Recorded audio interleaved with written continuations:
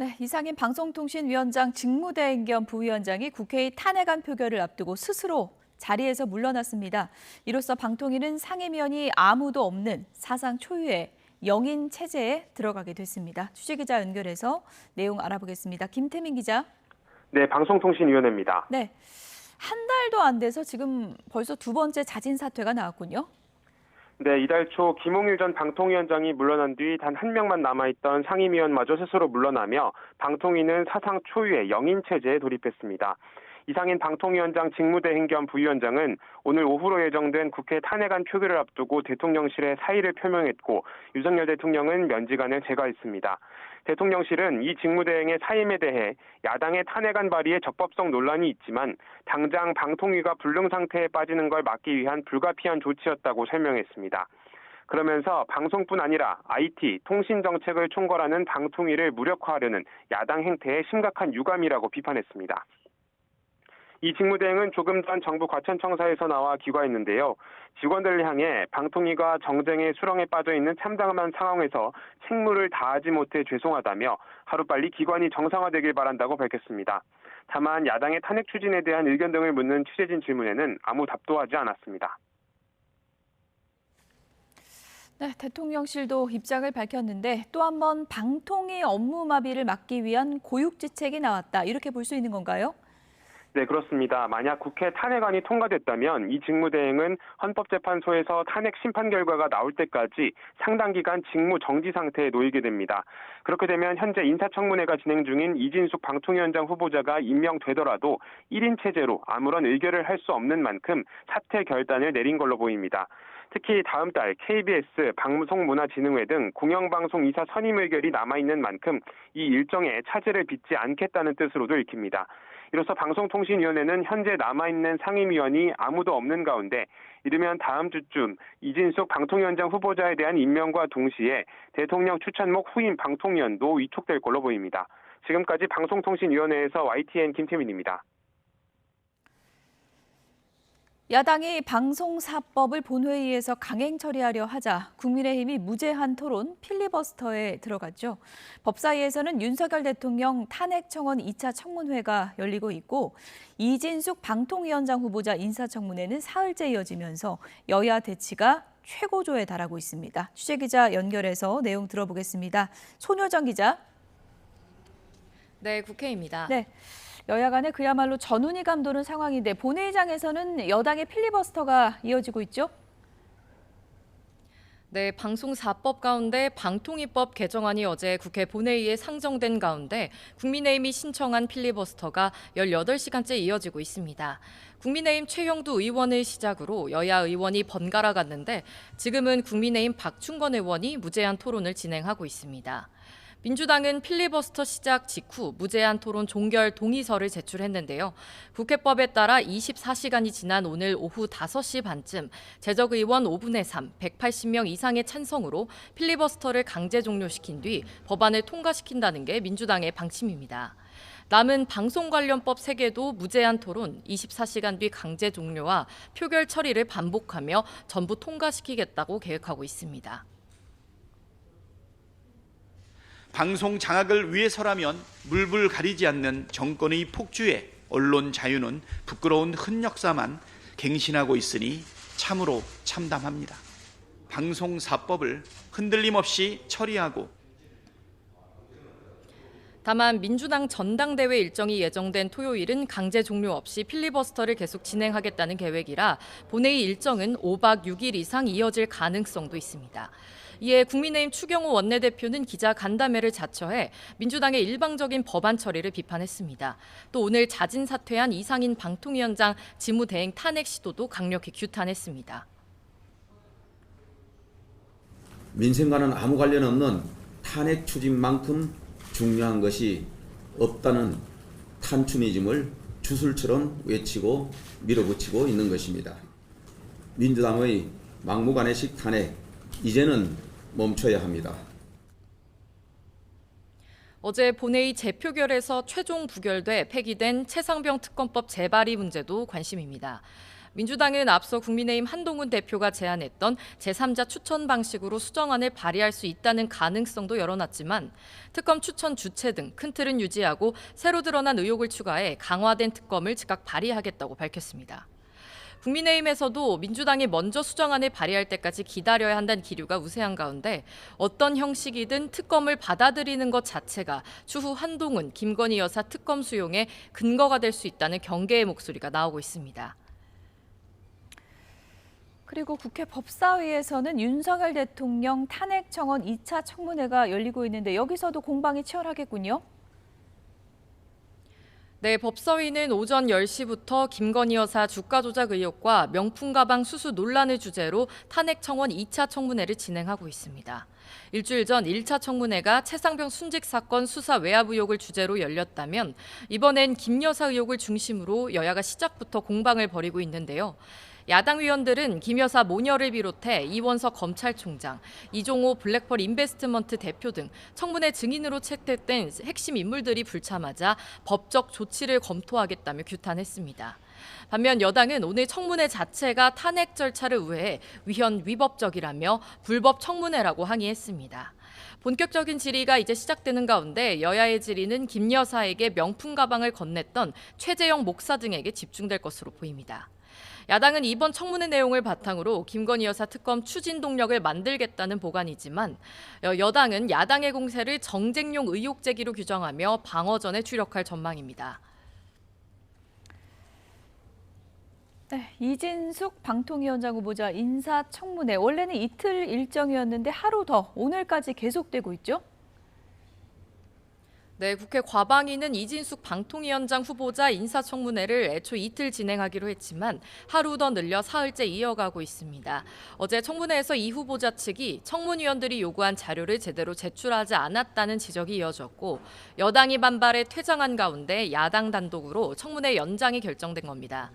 오늘 청문회에서도 야당은 이 후보자의 법인카드 유용 의혹 등 도덕성 부문과 언론관 등을 집중 추궁할 전망입니다. 국회 과방위 소속 야당 위원들은 청문회 직전 기자회견을 열고 이 후보자의 태도와 자질을 문제 삼으며 사퇴를 촉구했습니다. 반면 국민의힘은 3일 청문회는 유례 없다며 도덕성과 정책 검증 효과가 없다는 걸 드러내는 거라고 지적했습니다. 과방위 여당 간사인 국민의힘 최영두 의원은 라디오에 나와 야당이 체력전으로 밀어붙이고 있지만 국민에게 빈축만 살 거라고 비판했습니다. 지금까지 국회에서 전해드렸습니다. 김건희 여사의 비공개 검찰 조사를 두고 불거졌던 검찰 내부 충돌 사태가 이제는 봉합 국면에 접어든 것으로 보입니다. 대검찰청과 서울중앙지검은 어제 주례 정기 보고에서 이원석 검찰총장이 이창수 중앙지검장에게 현안 사건을 신속하고 공정하게 수사할 것을 지시했다고 밝혔습니다. 또 이에 대해서 이 지검장은 대검과 긴밀하게 소통해서 수사를 진행하겠다고 답했다고 전했습니다. 중앙지검의 김 여사 조사 사후 보고와 이에 대한 대검찰청의 진상 파악 지시로 신경전을 벌이던 양측이 갈등 국면을 더 이상 이어가지 않겠다는 뜻을 나타낸 것으로 풀이되고 있습니다.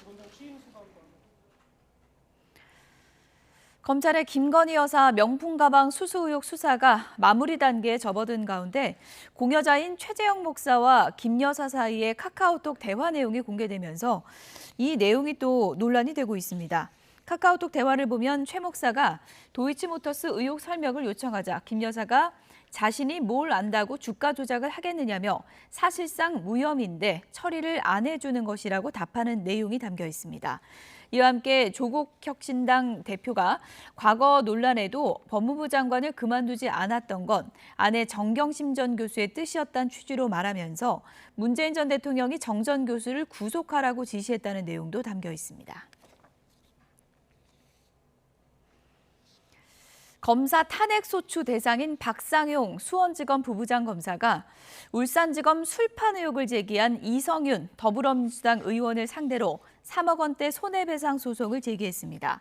박 검사 측은 어제 허위 사실을 유포해 명예를 훼손했다며 이 의원에게 3억 원, 서영교 의원에게는 1억 원, 그리고 최강욱 전 의원에게는 1억 5천만 원의 손해배상을 청구했다고 밝혔습니다. 강미정 조국혁신당 대변인에는 1억 원, 유튜버 김용민, 강성범 씨 등에 대해서는 각각 7천만 원과 3천만 원을 청구했습니다.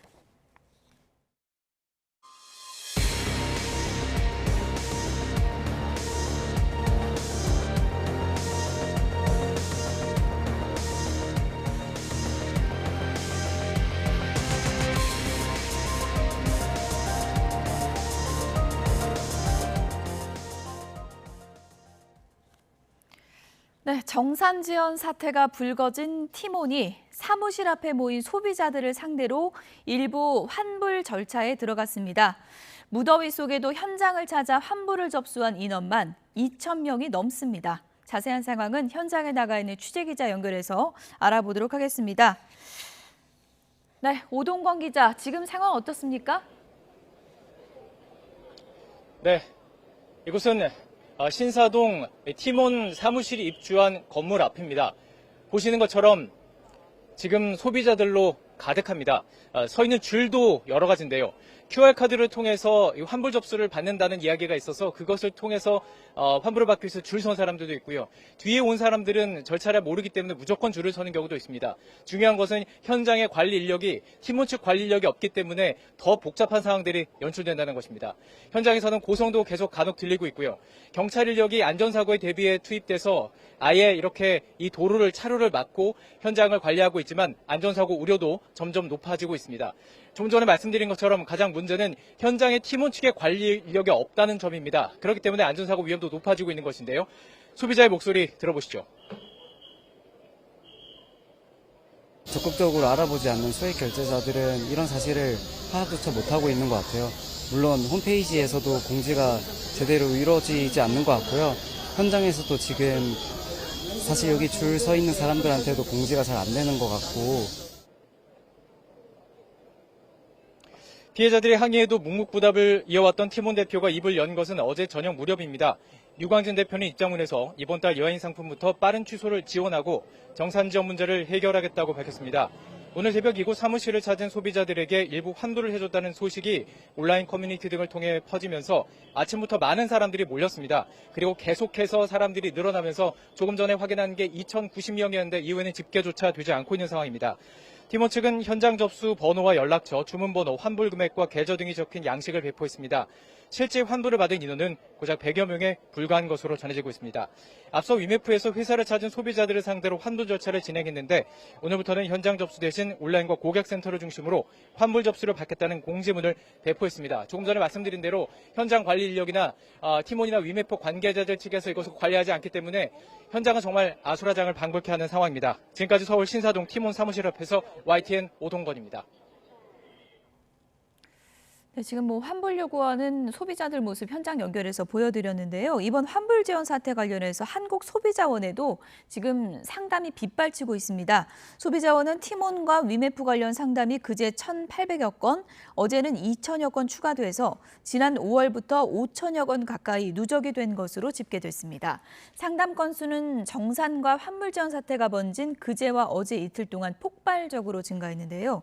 전체 상담 가운데 티몬이 4,000여 건 으로 81%를 차지해서 위메프보다 4배 이상이 많았습니다. 그 이유는 티몬의 거래액이 더 많고 또 여행 상품과 티켓을 많이 팔았기 때문인데요. 소비자원은 이번 사태와 관련해서 전담 대응팀을 설치하고 집단 분쟁 조정 참여자 모집을 준비하고 있습니다. 네, 티몬과 위메프 정산 지연 사태로 피해를 본 건 소비자들만이 아닙니다. 중소 판매자들은 수십억 원에 달하는 대금을 정산받지를 못해서 회사가 파산할 위기에 놓여 있는데요.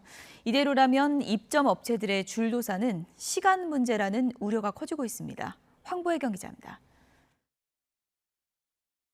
티몬과 위메프에서 냉장고와 드라이기 등 가전기기를 판매하는 A업체입니다. 지난주 은행에서 대금이 들어오지 않았다는 연락을 받고서야 심각성을 알게 됐습니다. 분명히 그 대금을 티몬 월드로부터 지급한다고 했음에도 이제 정작 저녁에 입금이 안 됐습니다. 보통 업체들이 티몬과 위메프에서 판매한 대금을 정산받기까지 2달이 걸립니다. 이 때문에 거래 규모가 큰 업체들은 정산금을 담보로 은행에서 돈을 빌리는 선정산 대출을 주로 이용합니다. 티몬이나 위메프가 정산금을 입금하면 은행에 자동으로 대출금을 갚는 구조인데 정산지연으로 이를 못 갚게 되면서 졸지의 연체업체가 되고 말았습니다. A업체가 은행에 당장 갚아야 할 금액만 20억 원으로 보름 안에 정산금이 들어오지 않으면 파산 신청까지 고려하고 있습니다. 저희를 지원업체로 등록하고 이제 5일이 지나면 페널티가 들어가고 이대로 가면은 저희 파산이고요. 정산을 해주지 않는 이상 갚을 방법은 없습니다. 협력업체들 역시 대금 정산이 막히면서 줄도산할 위기에 놓였습니다. 회사 문을 닫아야 될 상황이고요. 팀원의 근데 항의 방법이 사실 연락이 안 되는 상황입니다. SNS 오픈 채팅방에서 비슷한 피해를 호소하는 가전 판매 중소업체들만 100곳이 넘는데 피해액을 합하면 수백억 원에 이를 것으로 추정됩니다. 팀온 류광진 대표가 정산지연 문제 해결에 최선을 다하겠다는 원론적인 입장만 내놓은 가운데 언제 정산금이 들어올지 모르는 판매자들은 속이 타들어가고 있습니다. YTN 황보혜경입니다. 마약 투약 혐의로 재판에 넘겨진 전 프로야구 선수 오재원 씨가 1심에서 실형을 선고받았습니다. 그간 오 씨는 보복 협박 혐의에 대해선 부인해왔지만 재판부는 모든 혐의를 유죄로 인정했습니다. 취재기자 연결합니다. 김철희 기자. 네, 김철희입니다. 네, 재판부의 판단 내용 자세히 전해주시죠. 네, 한때 오열사라 불리며 야구 팬들의 사랑을 받았던 전 프로야구 선수 오재원 씨가 1심에서 징역 2년 6개월을 선고받았습니다. 재판부는 오 씨가 마약 관련 범죄로 교육이수 조건부 기소 유예라는 관대한 처분을 받고도 수개월 만에 범죄를 저질렀다고 지적했습니다. 또 마약 투약을 위해 지인까지 동원했고 수사가 시작되자 허위 진술을 종용해 초기 수사를 방해했다고 질타했습니다. 그간 오 씨는 투약 사실을 신고하려는 공범의 휴대전화를 망치로 부수고 멱살을 잡으며 협박한 혐의에 대해선 줄곧 부인해 왔는데요. 재판부는 피해자의 진술이 구체적이고 일관성 있다며 이 부분 역시 유죄로 인정했습니다. 앞서 오 씨는 재작년 11월부터 1년 동안 11차례에 걸쳐 필로폰을 투약하고 지인을 통해 수면제를 수수하거나 지인 명의를 도용해 수면제를 구매한 혐의로 재판을 받아왔습니다. 오 씨 1심 재판은 끝났지만 최근 수면제를 대신 처방받아 오 씨에게 전달한 전현직 프로야구 선수 13명 등 29명도 검찰에 송치되며 여전히 관련 수사가 이어지고 있습니다. 지금까지 서울중앙지법에서 전해드렸습니다. 천만 유튜버 찌양을 협박해 돈을 뜯어낸 혐의를 받는 유튜버 구제혁 등이 구속의 갈림길에 섰습니다. 수원지방법원에서 이른바 사이버 레코들에 대한 구속 전 피의자 신문이 진행되고 있는데요. 취재기자 연결해서 자세한 상황 알아보겠습니다. 표정우 기자. 네, 표정우입니다. 유튜버들에 대한 영장 심사가 지금 진행 중입니까? 네, 공갈 등의 혐의를 받는 유튜버 구제혁과 주작감 별사가 오전 10시 반부터 법원에서 영장실질심사를 받고 있습니다. 구제혁은 오전 9시 20분쯤 법원의 모습을 드러냈는데요. 발언을 들어보시죠. 주인 씨 한마디만 해주시죠. 예, 성실히 수사받고 오겠습니다. 구제혁과 주작감 별사는 지난해 2월 유튜버 찌양으로부터 5,500만 원을 갈취한 혐의를 받습니다. 특히 구제혁은 찌양과 전 남자친구 사이의 일을 빌미로 찌양을 협박하고 강요한 혐의도 받습니다. 앞서 한 유튜브 방송은 찌양이 과거사를 빌미로 이른바 사이버 레커들에게 협박당했다고 주장하며 관련 녹취록을 공개했는데요. 이후 찌양은 직접 유튜브 방송을 통해 전 남자친구의 지속적인 폭행과 협박에 시달렸다고 밝히고 사생활 폭로를 빌미로 교묘하게 협박해 원치 않는 계약을 맺고 돈을 건네게 됐다며 구제혁 등을 고소했습니다. 반면 구제혁은 정당한 계약에 따라 돈을 받은 거라고 주장하는데요. 검찰은 구제혁 등의 주거지를 압수수색한 데 이어 12시간에 걸친 고강도 소환조사를 진행한 뒤 구속영장을 청구했습니다. 이들에 대한 구속영장 발부 결과는 이르면 오늘 오후에 나올 것으로 보입니다. 지금까지 사회부에서 YTN 표정우입니다. 마약 투약 혐의로 재판을 받고 있는 배우 유아인 씨가 30대 남성을 성폭행한 혐의로 고소당했습니다. 서울 용산경찰서는 최근 이 같은 내용의 고소장을 접수하고 유 씨를 입건했습니다. 고소인은 지난 14일 용산구에 있는 오피스텔에서 자다가 유 씨로부터 성폭행을 당했다고 주장하는 것으로 전해졌습니다. 유아인 측 법률대리인 방정현 변호사는 공식 입장을 배포하고 유아인과 관련한 고소 내용은 사실이 아니라며 사생활과 관련한 불필요한 추측을 자제해달라고 전했습니다. 전국에 폭염특보가 내려진 채 푹푹 찌는 한증막 더위가 이어지고 있습니다.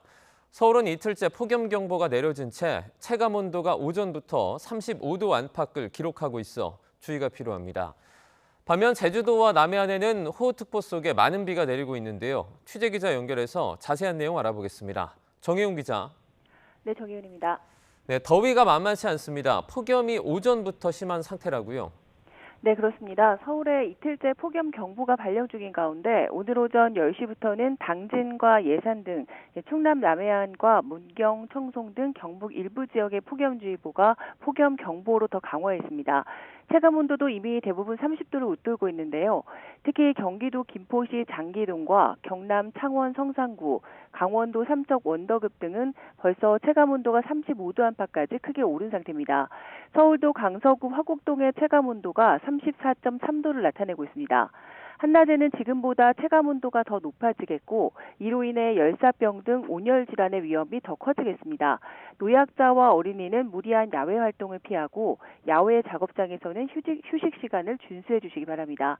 33도를 오르내리는 폭염과 밤사이 열대야는 당분간 계속될 전망입니다. 네, 그런데 이와는 반대로 제주도와 남해안에는 호우특보가 내려졌다고요? 네, 그렇습니다. 내륙과 달리 제주도와 남해안에는 강한 비구름이 지속적으로 만들어지고 있습니다. 현재 제주 산간에 호우경보가, 그 밖에 제주도에는 호우주의보가 발령 중이고 남해안에는 호우예비특보가 내려져 있습니다. 중국에 상륙한 태풍에서 수증기가 유입되면서 지형적인 영향을 받는 제주도 산간과 남해안에 영향을 주고 있는 건데요. 어제와 오늘 제주도 산간에는 이미 200mm 안팎의 많은 비가 집중됐고 남해안으로도 50mm 안팎의 비가 내렸습니다. 내일까지 제주도에는 총 누적 강수량이 400mm 이상을 기록하겠고 남해안에도 150mm 이상의 많은 비가 예상됩니다. 특히 폭염이 이어지고 있는 내륙으로도 대기 불안정으로 갑자기 매우 강하게 쏟아지는 소나기가 예상됩니다. 주말과 휴일까지 내륙에서는 폭염과 강한 소나기가, 또 남해안으로는 호우가 공전할 것으로 보이는 만큼 계곡이나 하천 주변의 야영이나 접근을 자제해 주시기 바랍니다. 또 산사태와 토사 유출, 시설물 붕괴 등의 안전사고에도 유의해 주셔야겠습니다. 지금까지 과학기상부에서 YTN 정혜윤입니다. 전국에 연일 찜통더위가 이어진 이번 주 초 온열 질환자가 100명이 넘게 발생한 것으로 나타났습니다.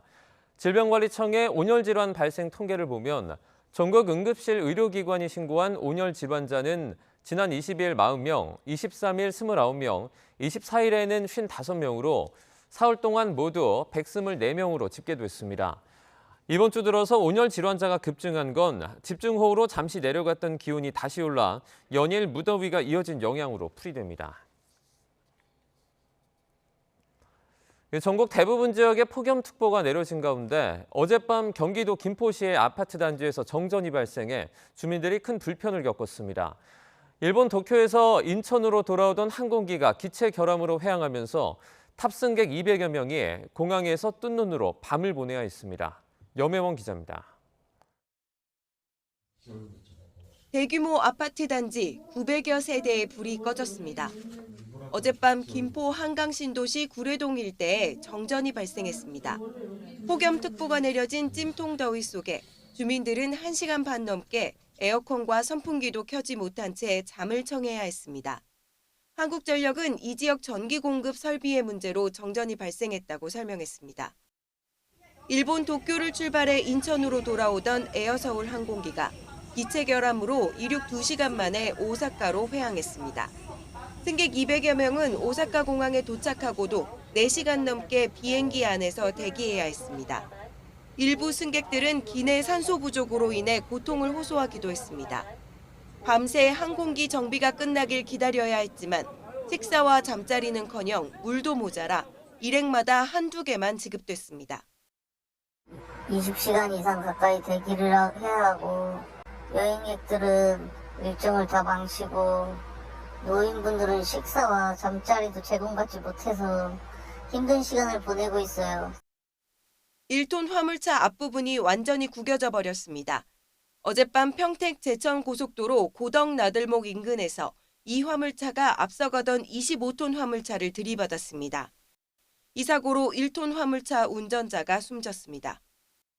만취한 운전자가 교통사고를 내기도 했습니다. 어젯밤 충북 청주시에서 승용차가 앞서가던 오토바이와 또 다른 승용차, 버스를 잇따라 들이받은 겁니다. 면허 취소 수준이었던 운전자는 사고 직후 도망쳤다가 경찰에 붙잡혔습니다. 동승했던 일행 역시 취해 출동한 경찰관에게 시비를 걸다 공무집행 방해로 체포됐습니다. 이 사고로 오토바이 운전자가 크게 다쳤습니다. YTN 염혜원입니다. 아이고 잘 됐네. 어젯밤 일본 후쿠오카에서 인천으로 들어오려던 티웨이 항공 비행기가 지금까지 출발이 지연되고 있습니다. 티웨이 항공은 어젯밤 오후 8시 50분 후쿠오카 공항에서 이륙할 예정이었던 TW296편이 지연돼서 15시간이 지난 오늘 낮 12시에 출발할 예정이라고 밝혔습니다. 이번 지연은 같은 항공기를 사용하는 전편 비행이 지연되면서 비롯됐는데 어제 인천에서 후쿠오카로 전편 비행기가 인천공항과 후쿠오카 공항의 혼잡 등으로 2시간 가까이 착륙이 늦어졌기 때문입니다.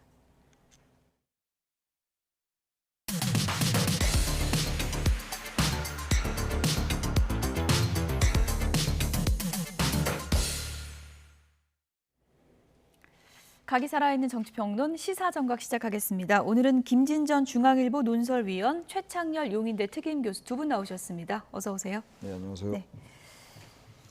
이진숙 방통위원장 후보자 인사청문회 기싸움이 최고조에 달하고 있습니다. 주제부터 보시죠.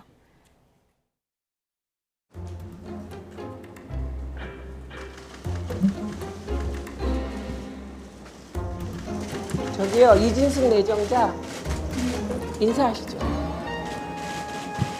제가 인사하려고 했는데 인사를 안 하고 돌아셔서 가시니까 벌 좀 하잖아요. 잠깐만요. 그렇게 하시면 안 돼요. 저하고 싸우려고 하시면. 인사하겠습니다. 악수도 할까요? 그러니까 이렇게 하면 되는 거죠. 이거 이렇게 하시면 안 돼요. 가세요.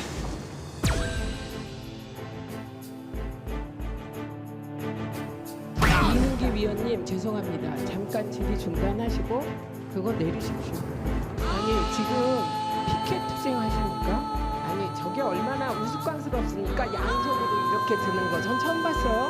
이건 피켓이 아니라 자료입니다. 왜 자료를 한 손으로 들어서 제시하는 것은 가능하고 두 손은 안 된다는 사과하십시오. 여당 간사에게 내리십시오. 여당 간사에게 내리십시오. 우선 마주보는 제가 깜짝 놀랐습니다. 모르고 하는 거죠. 예, 그러면 사과하셔야죠. 몰라서 실수했습니다. 위원장님 본인이 불쾌하니까 사과해라 라는 말씀입니까? 이진숙 후보자는 나이가 몇 살입니까? 개인정보에서 말씀드리지 않겠습니다. 저에게 고압적으로 말하지 마십시오. 예, 그렇게 샤우팅 한다고 저 흔들리지 않습니다. 그런 것은 저는 샤우팅 아닙니다. 조용히 합니다. 저는 샤우팅 아닙니다. 조용히 합니다. 아니 저게 얼마나 우스꽝스럽습니까? 양쪽으로 이렇게 드는 거 전 처음 봤어요. 이건 피켓이 아니라 자료입니다.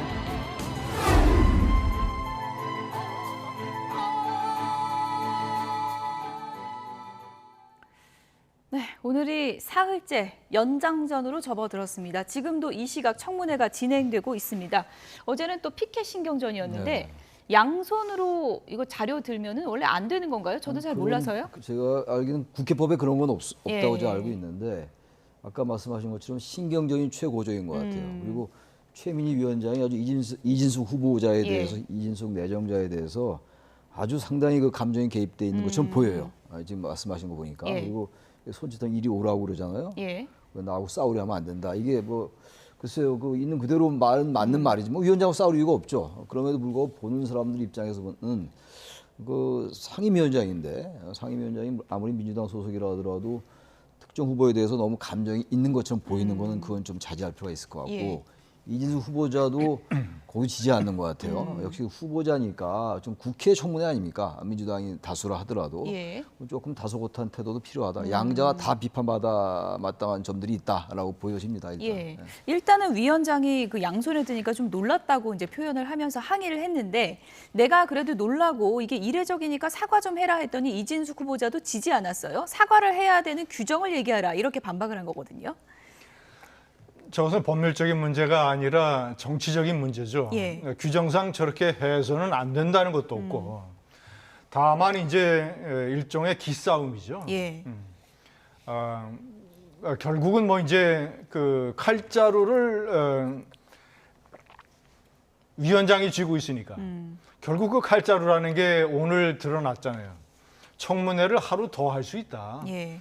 그러니까 맨 첫날 인사하는 거 여부할 때 귓속말로 위원장하고 싸우려 들면 안 된다라고 1차 기싸움을 했지 않습니까? 예. 자, 그것은 싸우려 들고 예를 들자면 진행에 협조하지 않고 한마디로 고분고분하지 않고 여러 가지 분위기를 긴장시키면 청문회 하루를 더해서 굉장히 곤혹스러운 입장으로 할 수 있다. 그리고 종래는 제가 판단할 때는 3일 동안 청문회를 해서 법카 문제를 포함을 해서 후보자를 완전히 코너에 몰고 그리고 여러 가지 문제를 세상에 다 드러내놓고 윤석열 대통령이 임명을 강행하면 즉시 탄핵 소추안을 발의할 여러 가지 준비와 태세의 일환 아니겠는가. 그래서 기싸움은 이제 시작이라고 봅니다. 예. 자료를 뭐 앞으로는 한 손만 이렇게 들겠다. 이진숙 후보자가 이렇게 얘기를 하면서 뭐 어느 정도 이제 정리는 된 것 같은데 이제 중요한 건 그건 아니고 신경전이 워낙에 거세지다 보니까 이례적인 연장전, 사흘째 청문회 돌입했거든요. 이거 상당히 이례적인 거죠? 제가 알기에는 국무총리나 예. 대법원장이 아니고 사흘간 기억이 별로 없어요.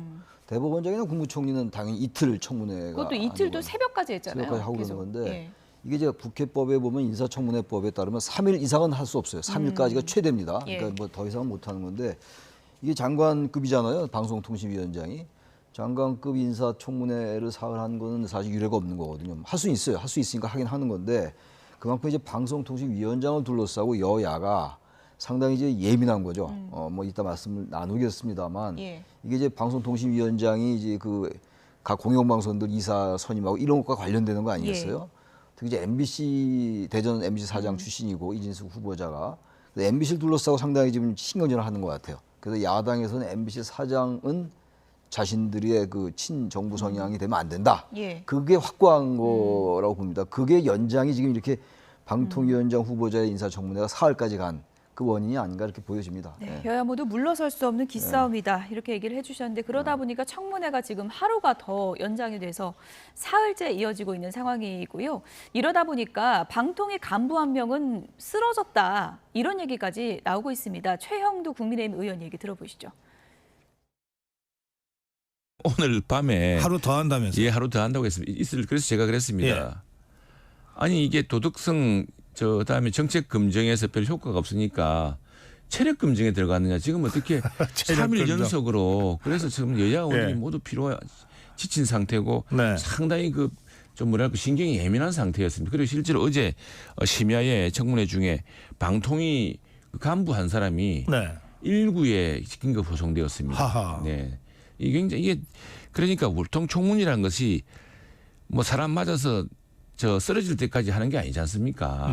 어제는 뭐 제대로 말하자면 보통 대개 청문회가 성과를 거두면은 청문회가 아주 유효했다. 그 상당히 검증이 성공적이었다고 할 것 같으면 보통 하루에 끝납니다. 근데 보통 하루 이틀로 모자라서 안 되니까 계속 쓰러질 때까지 하겠다는 모양인데 오히려 국민들의 비판만 아마 빈축만 사게 될 것으로 봅니다. 네. 급기야 한 명이 쓰러져서 119 후송이 됐다는 건데 이게 무슨 체력장이냐 쓰러질 때까지 하는 거냐 이런 반박이에요? 그것은 이제 하나의 해프닝이죠. 그런데 중요한 것은 그런 해프닝이라는 사건보다는 민주당이 이 청문회를 가지고 가려고 하는 전략. 일단은 겉으로 저는 이 국회 방송을 통해서 청문회의 상당 부분을 다 시청을 했어요.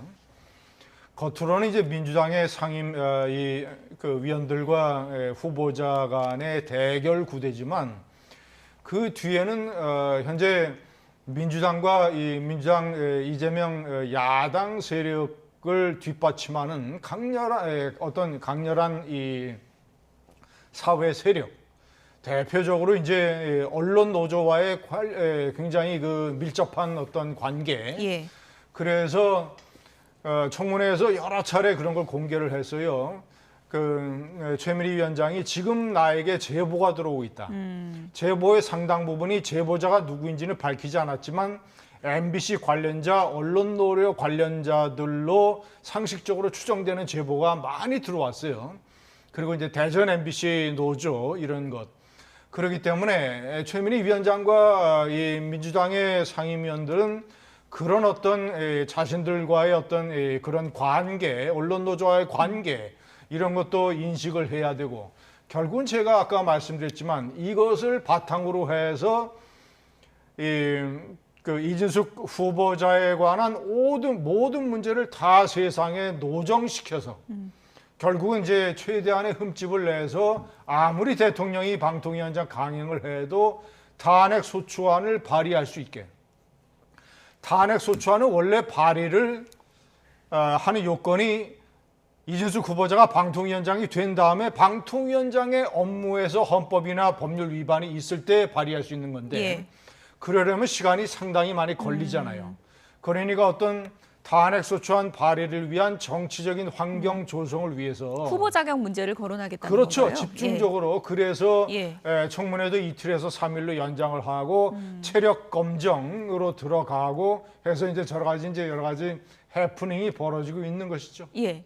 간부가 쓰러질 정도로 길게 해야 하는 그 청문회 속에서 후보 자격 문제를 집중적으로 송곳처럼 검증하겠다는 게 민주당이 벼르고 있던 건데, 결정적인 게 좀 나왔다고 보세요? 아니, 대개 이제 청문회를 통해서 사퇴하는 경우 이제 언론에서 집중적으로 이제 보도를 해가지고 도저히 이건 뭐 사퇴를 안 하면 못 견디겠다 하면 되게 사퇴하는 경우가 있어요. 과거에도 많이 있었어요. 과거에도 있었는데 대개 이제 그런 게 도덕성 검증이잖아요. 뭐 불법 투기라든지 변호사 출신들은 수임료가 너무 많다든지 말이죠. 뭐 위장 전입이라든지 투기 의혹 이런 건데 그런 얘기는 없어요, 별로. 지금 나오는 얘기는 이제 불법적으로 법인카드를 유용했다라는 거, 그거가 많이 나오고 있는데, 그거 말고는 제가 말씀드린 그런 과거에 몇 개 7대 그 항목들이 있잖아요. 거기엔 해당되는 게 별로 없어 보입니다.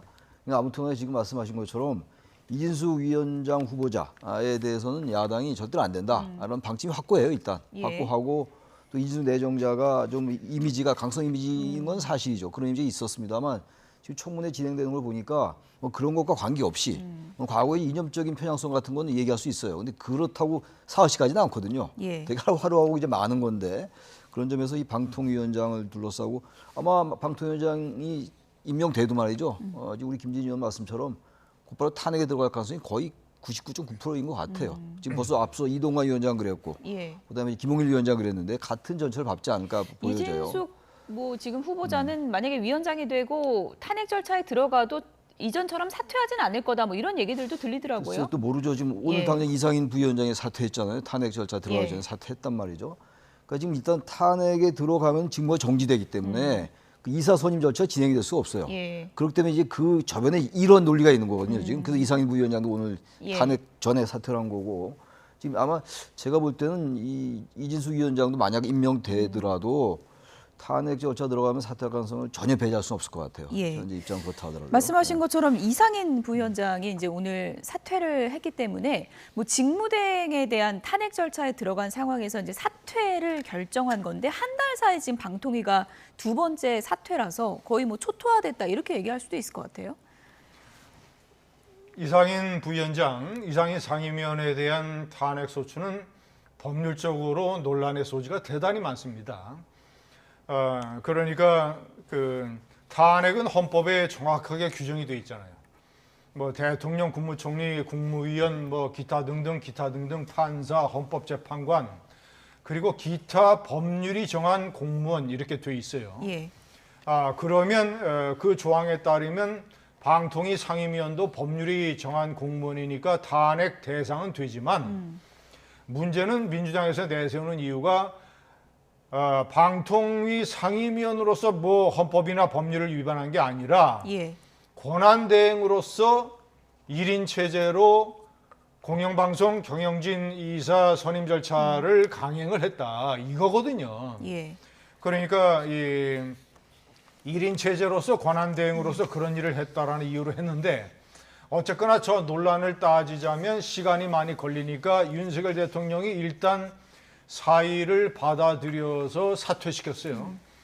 그것은 이상임 위원장은 5명의 방통위원 중에서 대통령이 임명하는 몫이기 때문에 사퇴를 해도 대통령이 후임자를 바로 임명을 하면 돼요. 국회 청문회가 필요 없습니다. 그러면 다시 1인 체제가 되는 거예요. 조금 전에 말씀하신 이진숙 후보자가 방통위원장 됐을 때 탄핵 소추됐을 때 사퇴하느냐 안 하느냐. 예. 사퇴를 안 하고 직무 정지가 돼도 예. 대통령이 이상임위원 후임을 임명을 해 놓으면 예. 1인 체제가 지금처럼 계속 진행이 되는 거예요.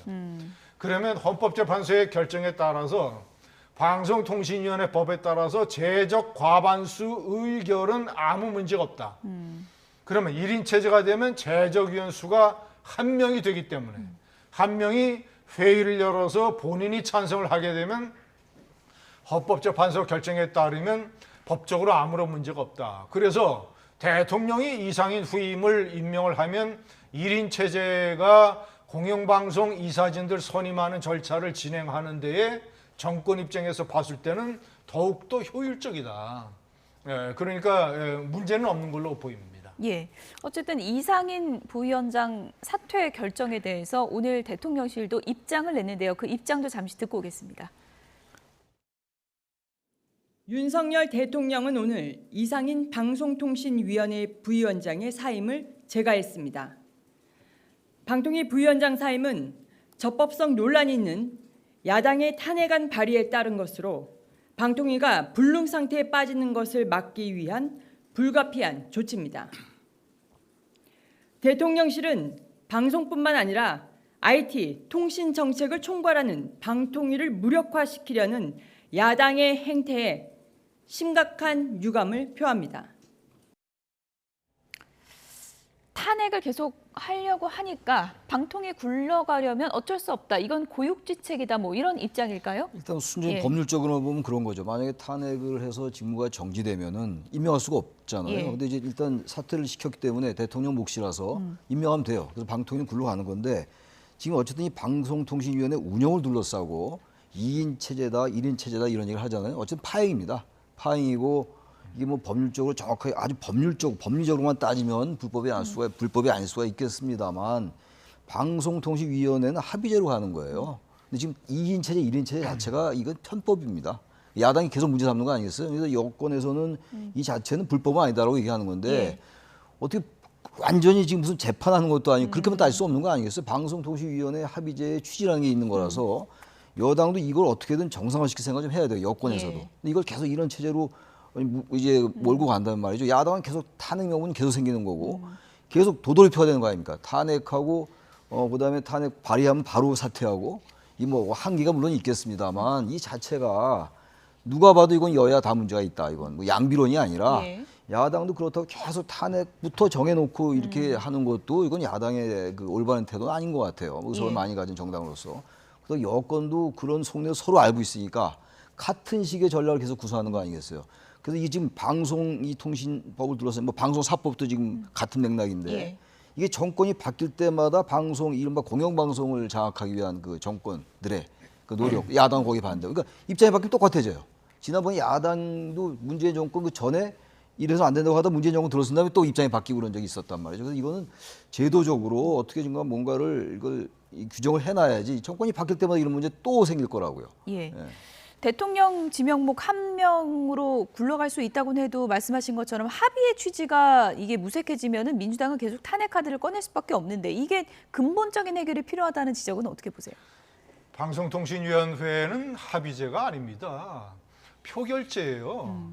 방송통신위 법에 다 나와 있어요. 제적위원 과반수 출석에 과반수 찬성으로 한다. 표결제입니다.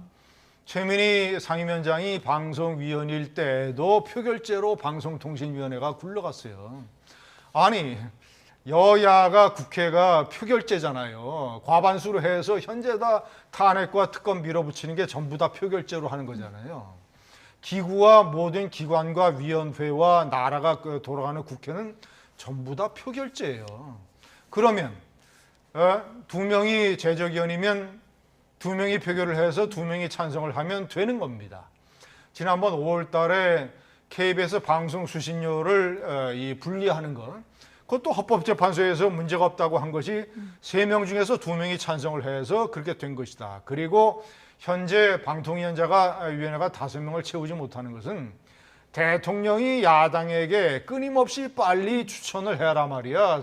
방통위 상임위원. 지금 야당이 그동안 추천을 안 했잖아요. 이 인원수를 채우지 못한 것도 야당 책임이고 그런 상황에서 법에 따라서 의결을 한 것은 아무런 문제가 없다. 반론을 짧게 듣겠습니다. 법률적으로 문제가 없어요. 합의제라는 게 제가 말씀드린 합의제는 5명이 다 찬성해야 된다는 의미가 아니고 어떤 회의를 거쳐서 거기서 서로 토론 끝에 표결을 하는 거예요. 그런 의미에서 합의제라고 말씀드리는 거니까 완전히 5명이 다 합의해야 된다는 의미는 아니었고 일리가 있는 말씀인 것 같긴 한데 문제는 어떤 방송통신위원회가 지금 파인 것만은 분명하잖아요. 2명이 해가지고 2명이 표결돼서 찬성하니까 된다 이런 논리인데 그렇다면 지금 여권은 말이죠. 야당의 지금 입법 독주를 비판할 아무런 명분이 없어져요. 그것도 표결제 아닙니까? 야당은 표결로 하는 거예요. 그래서 그런 부분들을 서로 상대를 좀 인정해야죠. 그렇게 각자 입장에서만 여기서는 또 다수결이 안 된다고 그랬다 다른 데서는 다수결이 된다고 얘기해요. 이런 상황 아니겠어요? 예. 어쨌든 이 방송법 문제로 지금 국회도 초토화가 된 그런 상황에서 어제는 최상병 특검법 재표결이 있었죠. 다음 주제요 보여주시죠.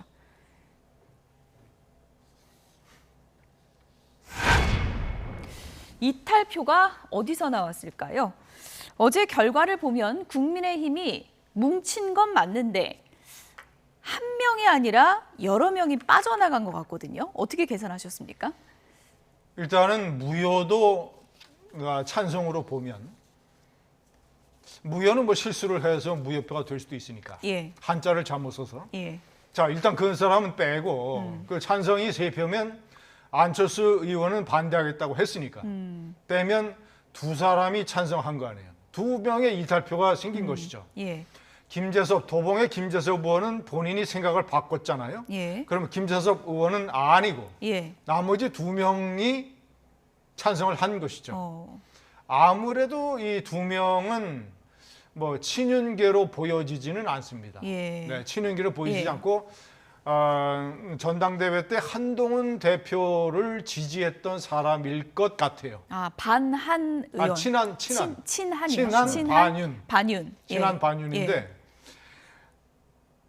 너무 카테고리를 좁혀가시는 거 아닙니까 지금? 아니 제가 판단할 때는 그래요. 그리고 제가 생각할 때는 저는 이탈표가 안철수 의원 한 사람 내지는 많아야 플러스 1명 정도 될 걸로 생각을 했는데 지금 플러스 2명이에요. 2명. 그것이 뭐 이제 보기에 따라서 별 의미가 없다고도 보여지는데 뭐 여튼 뭐 이 친한계 쪽의 성향을 가진 사람이 찬성표를 던진 것 같아요. 근데 이것이 어떤 한동훈 위원장이 얘기하는 뭐 이 최상병 특검 뭐 자체 법안이라든가 이러 기타 같은 문제에 무슨 뭐 동력을 준다거나 이런 식의 변화를 초래할 가능성은 거의 없다. 대세에는 커다란 지장이 없다. 다음에 또 투표에도 이 이상을 넘진 않을 것 같다.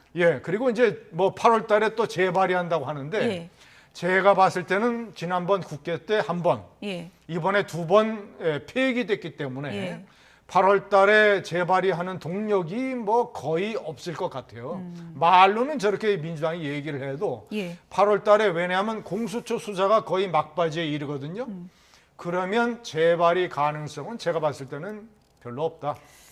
네, 예상 밖의 이탈표를 두고 오늘 아침 여야에서는 이런 분석들이 나왔습니다. 목소리 들어보시죠. 뭐 가결과 부결을 헷갈렸다라고 그 하시는 분들도 있는데, 그러니까 그랬을 거라고 하는 것도 있는데 그 가부를 판단을 못하면 국회의원 자격 없는 거고요. 누가 찬성표를 던졌냐 마녀사냥처럼 돼버리면 그건 또 당내 분위기가 해쳐질 수가 있으니까 그래도 좀 잠잠하게 가고 이 사안을 어떻게 대응해야 될지 좀 차분하게 다시 좀 논의를 하는 분위기였습니다. 그러니까 사실 4표의 이탈이 있었던 것과 다름없거든요. 대통령께서 별로 한동훈 주인공을 원치 않으신 것 같은데 회식 뭐 낙선자들까지 다 불러서 회식하신 거 보면 굳이 긴밀한 대화를 한동훈 대표 하지 않겠다라는 선언과 통첩과도 같거든요. 그렇기 때문에 저는 이제 수평적 당정 관계가 안 되는 상황에서 계속적으로 이 한동훈 대표 무시가 일상화되면 저는 이 최혜병 제2표결이 다음에 올 때는 이탈이 더 늘어날 수밖에 없다고. 네, 일각에서는 뭐 초선 의원들은 이런 거 많이 안 해봐 처음 해보니까 이게 가부 좀 헷갈렸을 수 있다 뭐 이런 추측도 있던데요. 글쎄요, 근데 국회의원이 제일 중요한 게 표결 아닙니까? 국민을 대표해서 자신의 생각을 헌법과 법률에 따라 양심에 따라하는 게 국회의원이에요. 그런 거 오리엔테이션도 좀 해주지 않나요? 이거를 붙자도 이게 뭐 아니 문자하고 이거를 헷갈렸단 말이죠. 이런 것도 좀 이해가 안 가고 좀 김재석 의원 말이 일리가 있는 것 같아요. 이걸 헷갈렸다라는 게 납득이 안 갑니다. 국회의원 자격이 없는 거죠. 근데 이탈표가 저는 세 표다 네 표다 이 자체가 큰 의미가 있는 게 아니고 그리고 누구냐도 의미가 없어요. 그걸 뭐 가려면서 어떻게 할 겁니까? 국회의원도 나름대로 자신의 어떤 소신껏 찍은 거니까 단지 뭐 그런 얘기가 나오는 건데 아무튼 향후 이 최상병 특검은 또 발의될 것 같아요. 왜냐하면 공수처 결과가 나올 거 아니겠어요? 그럼 나오면 지금 제가 판단께 제가 추론컨대 야당은 틀림없이 이 수사 믿을 수 없다라고 그럴 공산이 대단히 커요. 어떤 결과가 나올지 모릅니다만 대체로 이제 야당의 이 최근의 행보는 정해놓고 가는 측면이 많은 것 같아요. 그래서 어차피 두 번 다시 폐기됐습니다만 부결이 됐잖아요. 재의결이 안 됐어요. 그건 제가 볼 땐 또 특검을 올릴 가능성이 크고 민주당이 바로요. 뭐 바로는 아닐지 모르겠습니다. 그 상설특검 얘기 나올 수 있다. 상설특검 같은 경우. 근데 상설특검 얘기가 나오면 지금 상설특검 민주당이 상당히 꺼려하고 있어요. 여러 가지 이제 이유가 있어요. 인력이라든지 규모가 적으니까. 그래서 이 운영위원회에서 규칙을 바꾸겠다는 거 아닙니까? 게다가 국회 후보 추천위원회가 7명인데 국회 추천이 4명이에요. 여야가 각 2명씩. 근데 그것도 바꾸겠다는 얘기거든요. 그렇다면 이 최혜병 특검법에 대한 이 계속 거부권 때문에 부담이 간다. 이거 대통령이 거부 못해요. 상설특검은. 그래서 상설특검을 이제 운영위원회를 통해서 규칙을 바꿔서 그쪽으로 갈 가능성도 있는데 그럼 또 논란이 또 될 수 있죠. 국회에서 함부로 바꾸느냐 규칙 이런 얘기 또 나올 수 있다고 봅니다.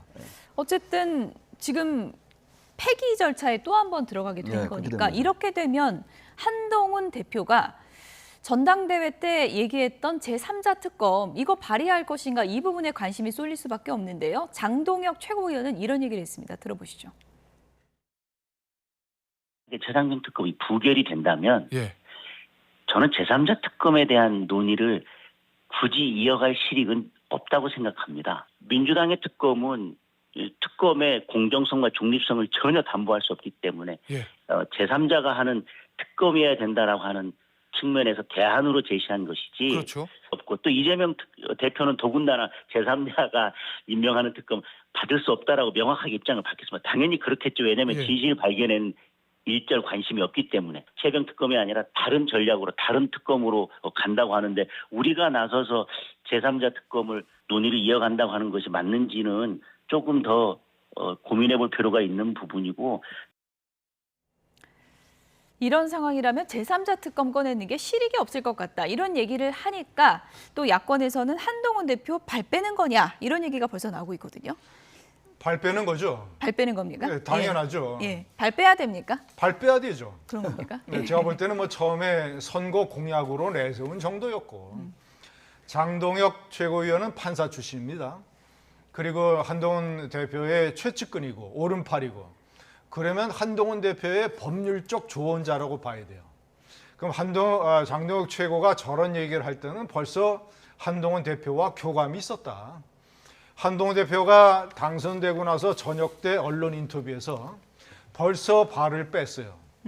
뭐라고 한 건데요? 4가지 말을 했어요. 정치는 살아있는 것이다. 내가 특검법 발의를 얘기한 이후에 상황이 많이 바뀌었다. 3번째는 자 봐라 야당의 이재명 대표도 반대하고 있지 않느냐. 4번째는 당내에 민주적 토론 절차가 있다. 이거는 벌써 발을 뺀 거고 그래서 저는 그때 즉시 저거는 시간은 다소 걸리겠지만 한동훈 위원장이 특검법을 철회할 것이라고 공개적으로 저는 얘기했어요. 지금 철회할 수밖에 없는 게 지금 2차 투표에서 부결이 됐고 지금 이진숙 청문회 3일까지 한다고 그러죠. 상임위원 탄핵소추안 발의한다고 해서 사퇴했죠. 오늘 김건희 여사 증인으로 채택했던 청문회 지금 열리고 있죠. 검사 4명 탄핵 소추했죠. 이런 식으로 완전히 국민의힘으로서는 탄핵 특검 비상사태인데 거의 전쟁터인데 108명을 스파르타의 300용사처럼 똘똘 뭉치게 해도 돌파할지 모르는데 아니 사령관이라는 당대표라는 사람이 최상병 특검 폐기된 거를 다시 끌고 나와서 당내 내분을 다시 일으키면 전선에서 싸울 수가 있겠습니까? 그러니까 한동훈 대표는 너무나 그 상황을 알기 때문에 철회할 수밖에 없다. 박찬대 더불어민주당 원내대표는 오늘 아침 민심을 운운하더니 한동훈 대표의 새빨간 거짓말이었다. 제가 그 워딩을 그대로 옮기면 싹수가 노랗다. 뭐 이런 표현까지 썼거든요. 뭐 야당에서 예. 그렇게 얘기하겠죠. 근데 아직은 전 예단하기 좀 어려울 것 같아요. 지금 장동혁 의원의 저 얘기는 대단히 좀 충격적이긴 해요. 지금 대표가 된 지 며칠 안 됐잖아요. 23일 날 끝났는데 오늘 이제 며칠 안 26일인데 아직 잉크가 마르지 잉크도 안 않았는데. 마르는데 예. 대표 사인한 거 잉크도 안 마르는데 논의가 실익이 없다 그러면 아무리 공약이라는 게 꼭 지켜지지 않는 것도 있다 하더라도 예. 그리고 특히 이제 이 제3자 특검 이 얘기는 다른 공약과 달라서 이게 배신자 프레임으로 그렇게 고생을 할 때 얘기한 거란 말이죠. 그래서 그 상당히 많은 당원 63%의 압도적 지지를 받은 게 다른 것보다 이것도 굉장히 포함돼 있다고 좀 봐요. 그래야지 정책 해석이 가능한 거 아니겠어요? 이게 투표란 게 그런 거 아니겠습니까? 근데 이 부분을 그야말로 사흘밖에 안 됐는데 가장 최측근이라는 분이 실익이 없다라고 얘기한다면 지금 말씀처럼 저런 발언이 당대표 아무런 교감 없이 이룰 수 있을까? 그런 생각이 들지 않겠어요? 다른 거 같으면 그냥 얘기할 수 있는데. 그리고 지금 한동훈 대표도 약간의 그 어감이 좀 달라졌어요. 발의는 내가 하는 게 아니다. 원외니까. 일단은 한동훈 대표 입에서는 저런 얘기 아직 안 나왔어요. 일단 입장은 변화가 없다라는 게 기본 입장이긴 한데 예. 약간 이제 태도가 바뀌고 있는데 저는 그래서 전략적으로 예. 당내 지금 엊그제 청와대 그 대통령실 가서 예. 만찬도 하고 왔는데 다 이렇게 예. 경선자들하고 같이 당직자들하고 예. 당장 제3자 특검 얘기할 수 있는 상황이 아니죠 지금. 그래서 저는 약간 호흡을 조절하는 게 아니냐 전략적으로 가다듬는 거 아니냐. 왜냐하면 당신이 압도적인 변화를 얘기했던 겁니다. 그렇게 해석해야 되는 거 아니겠어요? 근데 특검도 안 하겠다라고 얘기하고 하나도 바뀐 게 없으면 그게 무슨 변화입니까? 그럼 63%가 왜 나왔겠어요? 시기만 미루는 거다. 이건 조금 상황을 보는 게 아닌가 생각이 들어요. 예. 제 판단에는. 예. 어쨌든 지금 국회에서 탄핵 청문회까지 열리고 있는 그런 여야 간의 뭐 전운이 감도는 그런 상황에서 김건희 여사가 이런 입장을 내놨습니다. 마지막 키워드 보시죠.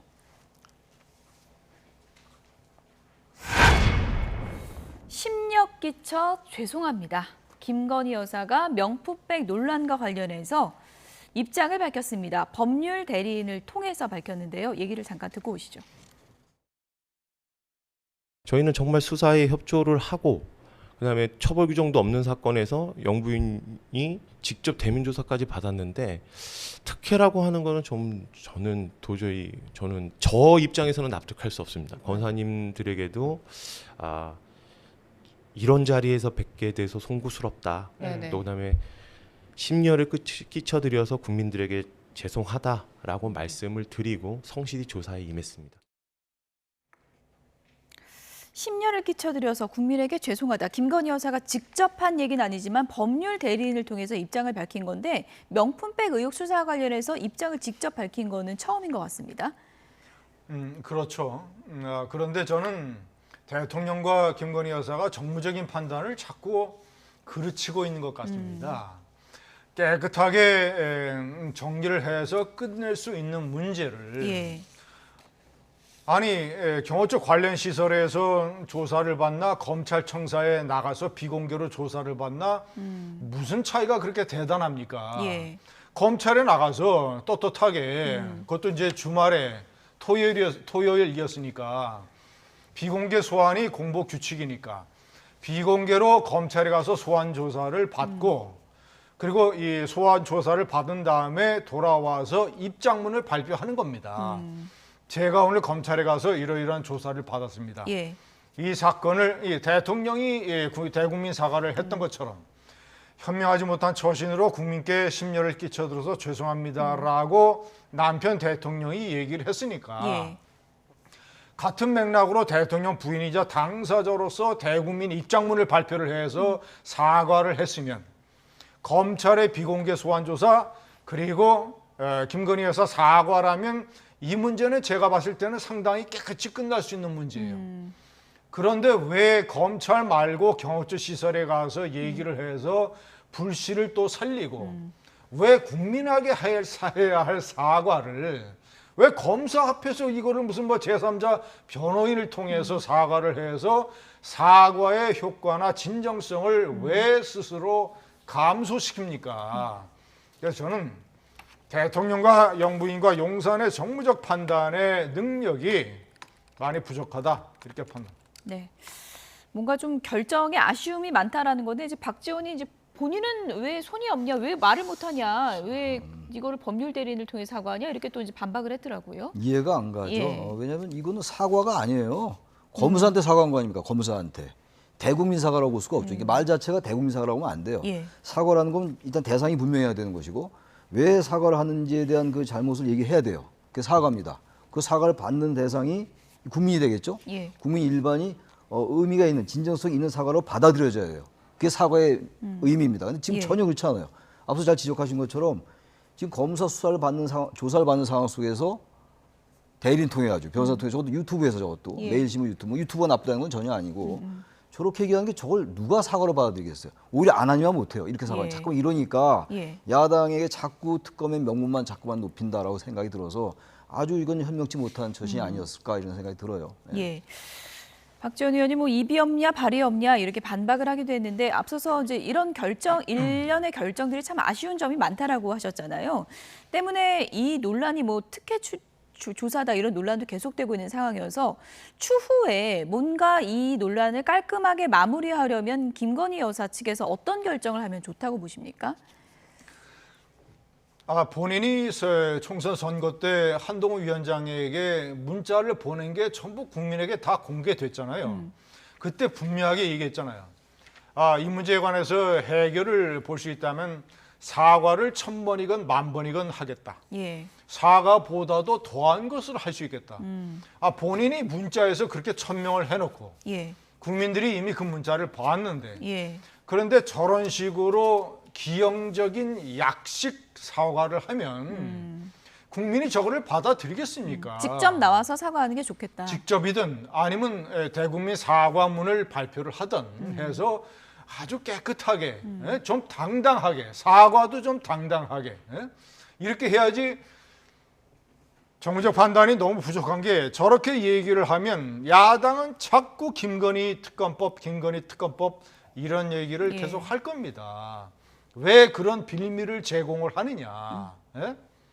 정말이죠. 저 대통령실에 정무수석을 교체하든가 아니면 뭐 하여튼 무슨 정무적 판단에 무슨 일신책을 마련하든가 해야 됩니다. 예. 검찰 비공개 조사 또 사과까지 나왔지만 논란은 일축되지 않는 그런 답답한 상황인 것 같은데요. 김진전 중앙일보 논설위원, 최창렬 용인대 특임교수 두 분이었습니다. 고맙습니다. 네.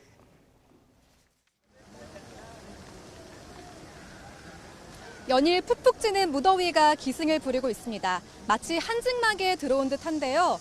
현재 서울 체감 기온은 35도까지 치솟았습니다. 조금 전 제가 나와 있는 이곳 광화문 광장의 도로 표면 온도를 재봤는데 무려 50도까지 치솟았습니다. 하지만 이곳 시원한 물이 나오고 있는 바닥 분수에는 29도 정도로 약 20도 정도 가까이 차이가 나고 있는데요. 오늘도 극심한 폭염이 지속될 것으로 보이니까요. 온열 질환에 걸리지 않도록 물, 휴식, 그늘 이 세 가지를 꼭 기억해 주시길 바랍니다. 오늘도 햇볕이 강하게 내리쬐면서 무더위가 기승을 부리고 있습니다. 폭염특보가 내려져 있는 지역이 많은데요. 서울은 오늘도 한낮 체감온도 35도 안팎까지 치솟으며 찜통 더위가 나타나겠습니다. 오늘 한낮에 서울은 34도, 전주 32도, 대구와 포항 34도로 예상됩니다.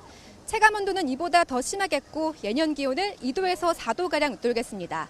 이렇게 낮 동안 기온이 오르면서 대기 불안정으로 내륙을 중심으로 소나기가 지나겠습니다. 소나기 양은 5에서 많게는 80mm가 예상됩니다. 소나기가 내리는 지역에서는 시간당 30에서 50mm 안팎으로 강하게 내릴 수 있는데요. 가시거리가 짧아지고 도로가 미끄러울 수 있으니 안전운전하시길 바랍니다. 반면 남해안과 제주도에는 태풍이 몰고 온 수증기의 영향으로 비가 내리고 있습니다. 제주 산간에는 시간당 30mm 이상의 강한 비가 집중되면서 호우경보가 내려졌는데요. 남해안에도 폭우가 쏟아질 것으로 예상되면서 호우특보가 확대 강화될 가능성이 있습니다. 내일까지 제주도 산간에 최고 400mm 이상, 남해안에 많게는 120mm 이상이 예상됩니다. 특히 천둥번개를 동반한 시간당 최고 50mm의 강한 비가 집중될 것으로 보여 주의하셔야겠습니다. 오늘 밤부터 내일 낮까지는 경기 북부와 강원 북부에 비가 내리겠고 남해안과 제주도는 주말인 내일까지 호우가 이어지겠습니다. 그 밖에 내륙 지방은 여전히 폭염이 기승을 부리는 가운데 강한 소나기가 지날 전망입니다. 당분간 남해안과 제주도 해안가로는 너울성 파도가 높게 일겠습니다. 바람도 강하게 불 것으로 보이니까요. 해안가 접근은 자제해 주시고 안전사고에 각별히 주의해 주시기 바랍니다. 지금까지 YTN 함예진입니다.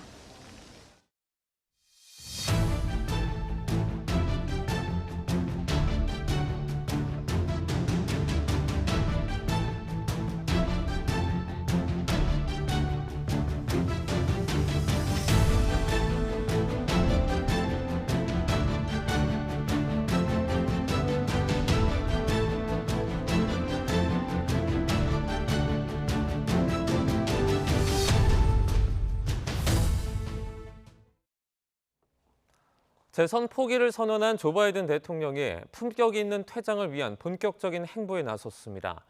모두의 관심은 치열한 대선 레이스에 쏠려 있고 레임덕을 피할 수는 없겠지만 일단 외교 현안에 집중할 것으로 보입니다. 권영희 기자입니다.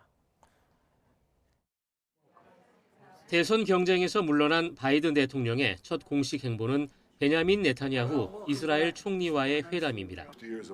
가자 전쟁을 멈추고 휴전을 성사시키기 위한 막바지 노력입니다.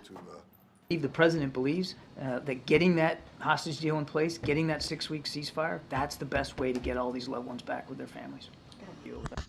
유럽 전체와 나토의 분열 위기로까지 번진 우크라이나 전쟁도 큰 숙제입니다. 11월로 예정된 우크라이나 평화 회의는 바이든 대통령의 마지막 대형 국제 무대가 될지도 모릅니다. We'll keep rallying a coalition of proud nations to stop Putin from taking over Ukraine and doing more damage. We'll keep NATO stronger. 국내 정치의 당파적 분열에서 한 발 물러나 유럽과 중동에서의 전쟁을 관리하는 데 남은 임기의 대부분을 사용할 전망입니다. 물가 안정 등 국내 정책은 지금까지의 성과를 공고히 하는 수준에서 마무리할 것으로 보입니다. 대선 후보로 지지를 표명한 카멀라 해리스 부통령의 선거 운동을 돕는 임무도 있습니다. 대선 후보 사퇴 자체가 민주당엔 큰 도움입니다. One of the things that he did was confirm that the stakes in the election are very high. I think that's very important when it comes to motivating Democratic voters to show up at the poll. 단 한 차례도 상대방을 비난하지 않은 대선 포기에 대한 대국민 연설은 지지자들을 더 결집시켰습니다. And they're here united and a grateful heart for the president for his service to our country. And I think that it's this enthusiasm that's going to bring a Democratic victory in November. 물러날 때를 아는 지도자로 기록되려는 바이든에겐 이제 6개월의 임기가 남았습니다. YTN 권영희입니다. 미국 민주당 대선 후보로 확실시되는 카멀라 해리스 부통령은 친노조, 진보 성향을 부각하고 있습니다. 트럼프 전 대통령이 해리스를 위험한 극좌파라고 공격하고 있지만 정면 돌파를 선택한 것으로 보입니다. 워싱턴에서 권준기 특파원입니다.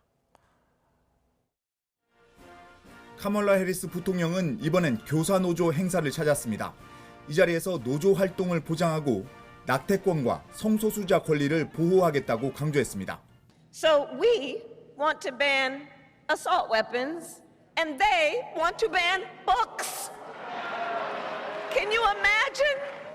이번 대선을 자유를 지키기 위한 싸움으로 규정하면서 어두운 과거로 퇴행하려는 트럼프를 반드시 이기겠다고 다짐했습니다. We are in a fight for our most fundamental freedoms. And to this room of leaders, I say, bring it on. Bring it on. 해리스는 첫 대선 광고를 통해서도 진보 색채를 선명하게 드러냈습니다. The freedom not just to get by, but get ahead. The freedom to be safe from gun violence. The freedom to make decisions about your own body. 해리스의 선명성 부각은 위험한 극좌파라는 트럼프의 공격을 피하지 않고 정면으로 응수하겠다는 전략으로 읽힙니다. Lion Kamala Harris has been the ultra-liberal driving force behind every single Biden catastrophe. She is a radical left lunatic who will destroy our country. 주요 경합주를 대상으로 실시한 여론조사에서 해리스는 트럼프를 상대로 경쟁력을 보였습니다. 애리조나를 빼면 오차 범위 내에서 박빙승부를 벌였고 위스콘신에서는 47대 47 동률을 기록했습니다. 이미 전당대회를 끝낸 트럼프와 달리 해리스는 후보직 확정과 부통령 지명 등 유권자 관심을 끌 이벤트가 남아있어 이를 바람몰이에 활용하겠다는 계획입니다. 워싱턴에서 YTN 권윤규입니다. 카멀라 해리스 부통령은 공화당 대선 후보인 도널드 트럼프 전 대통령과 TV 토론 맞대결에 나설 준비가 돼 있다고 밝혔습니다. 해리스 부통령은 공항에서 기자들이 TV 토론 관련 질문을 던지자 유권자들은 후보 간 TV 토론을 볼 자격이 있다며 자신은 준비가 돼 있다고 말했습니다. 또 바이든 대통령이 후보직을 물러나기 전에 2차 토론을 9월 10일 ABC 방송 주최로 열기로 했던 사실을 언급하며 트럼프 전 대통령이 발을 빼려고 하는 듯 보인다고 지적했습니다. 트럼프 전 미국 대통령이 적대국 이란을 향해 지구상에서 지워버리겠다며 경고 메시지를 보냈습니다. AFP 등 외신들은 트럼프 전 대통령이 자신의 SNS에서 만약 이란이 실제로 암살에 나선다면 이란을 지구상에 지워버리길 바란다는 글을 올렸다고 보도했습니다. 그렇게 하지 않으면 미국의 지도자들은 배짱도 없는 겁쟁이 취급을 받을 것이라고 주장하기도 했습니다. 해당 게시물에는 베냐민 네타냐후 이스라엘 총리의 미국 의회 연설 동영상도 첨부됐는데 이 영상에서 네타냐후 총리는 이란이 트럼프에 대한 암살을 계획하고 있다고 주장했습니다.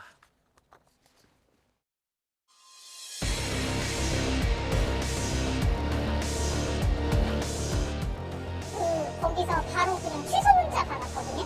그러니까 취소됐다고, 고객님 거는 취소됐다고 그렇게 받아가지고 돈도 지금 묶여있는 상태고 그리고 여행도 못 가게 됐고 지금 여기 와 있는 지가 한 지금 19시간 막 이렇게 됐거든요. 그러니까 그 시간에 동안 사실 마음 졸이고 이게 작은 금액이 아니잖아요.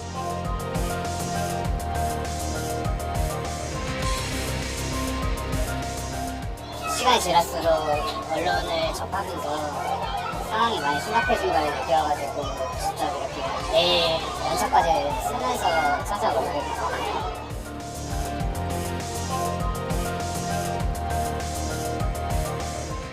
열받죠. 2021년에 머리 사태 있었잖아요. 그때도 당했어요. 화물도 안 내고. 금강원에서 뭐 개선한다면서 지금 4년이 지났잖아요. 소비자들만 물어오는 거죠. 그리고 뭐 정부에서 빨리 법을 개선해주던가 해야죠.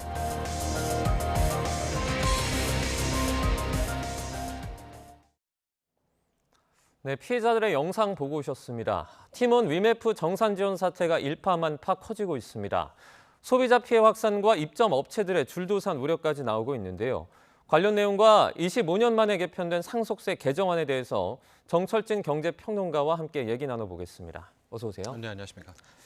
네, 먼저 팀원 위메프 정산 지원 사태로 지금 소비자들의 우려가 정말 큰 상황입니다. 가장 중요한 게 피해 규모일 텐데 지금 어느 정도로 추산되고 있습니까? 일단 회사 측에 발표하는 것이 있고요. 하지만 속속 드러나는 정황이 회사 측에서 밝히는 액수와는 좀 거리가 있어 보인다. 이렇게 보면 될 것 같습니다. 네. 이번에 이제 팀원과 위메프의 사태, 피해액은 크게 두 가지로 파악을 해야 되겠죠. 이것이 일종의 플랫폼이기 때문에 여기에다가 물건을 납품하는. 이때 물건은 뭐 여행 티켓이 될 수도 있겠고요. 침대도 될 수 있을 것 같습니다. 이걸 판매자, 셀러라고 얘기하는데 셀러가 받아야 될 부분, 이게 정산적인 차원에서 못 돌려받아서 나오는 피해액이 있겠고요. 네. 또 한켠에서는 소비자들이 이 플랫폼을 이용해서 물건을 사잖아요.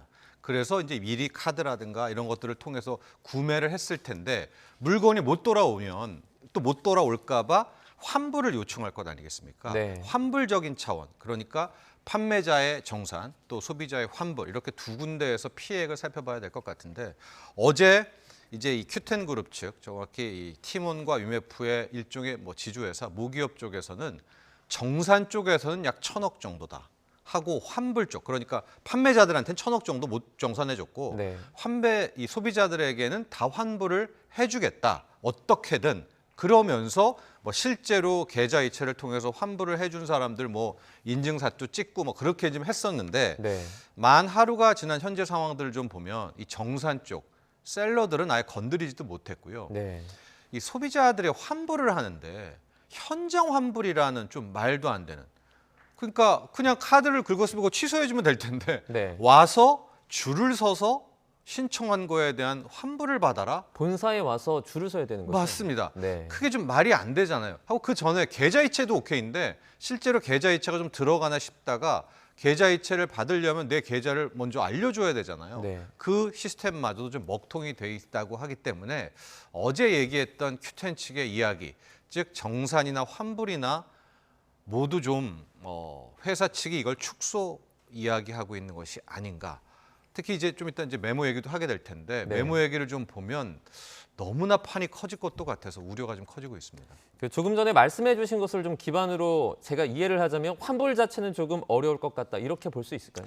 환불도 지금부터는 힘들어 보이는 것 같아요. 한 네. 200명에서 400명 정도는 이미 환불을 좀 받았고 회사 측에서도 해줬다. 마치 좀 자랑 삼아 이야기를 했지만 누가 거기 본사까지 가서 줄을 서야 되는데 그 줄 서는 것도 지금 원활하지 않다는 전원들이 속속 이제 기자들의 취재상 나오고 있거든요. 네. 그렇다면 정산, 환불 모두 현 상황에서는 굉장히 좀 난항을 겪고 있다 이렇게 볼 수 있겠습니다. 지금 이 사태가 과거에 있었던 머지포인트 사태와 유사하다라는 의견이 계속해서 나오고 있습니다.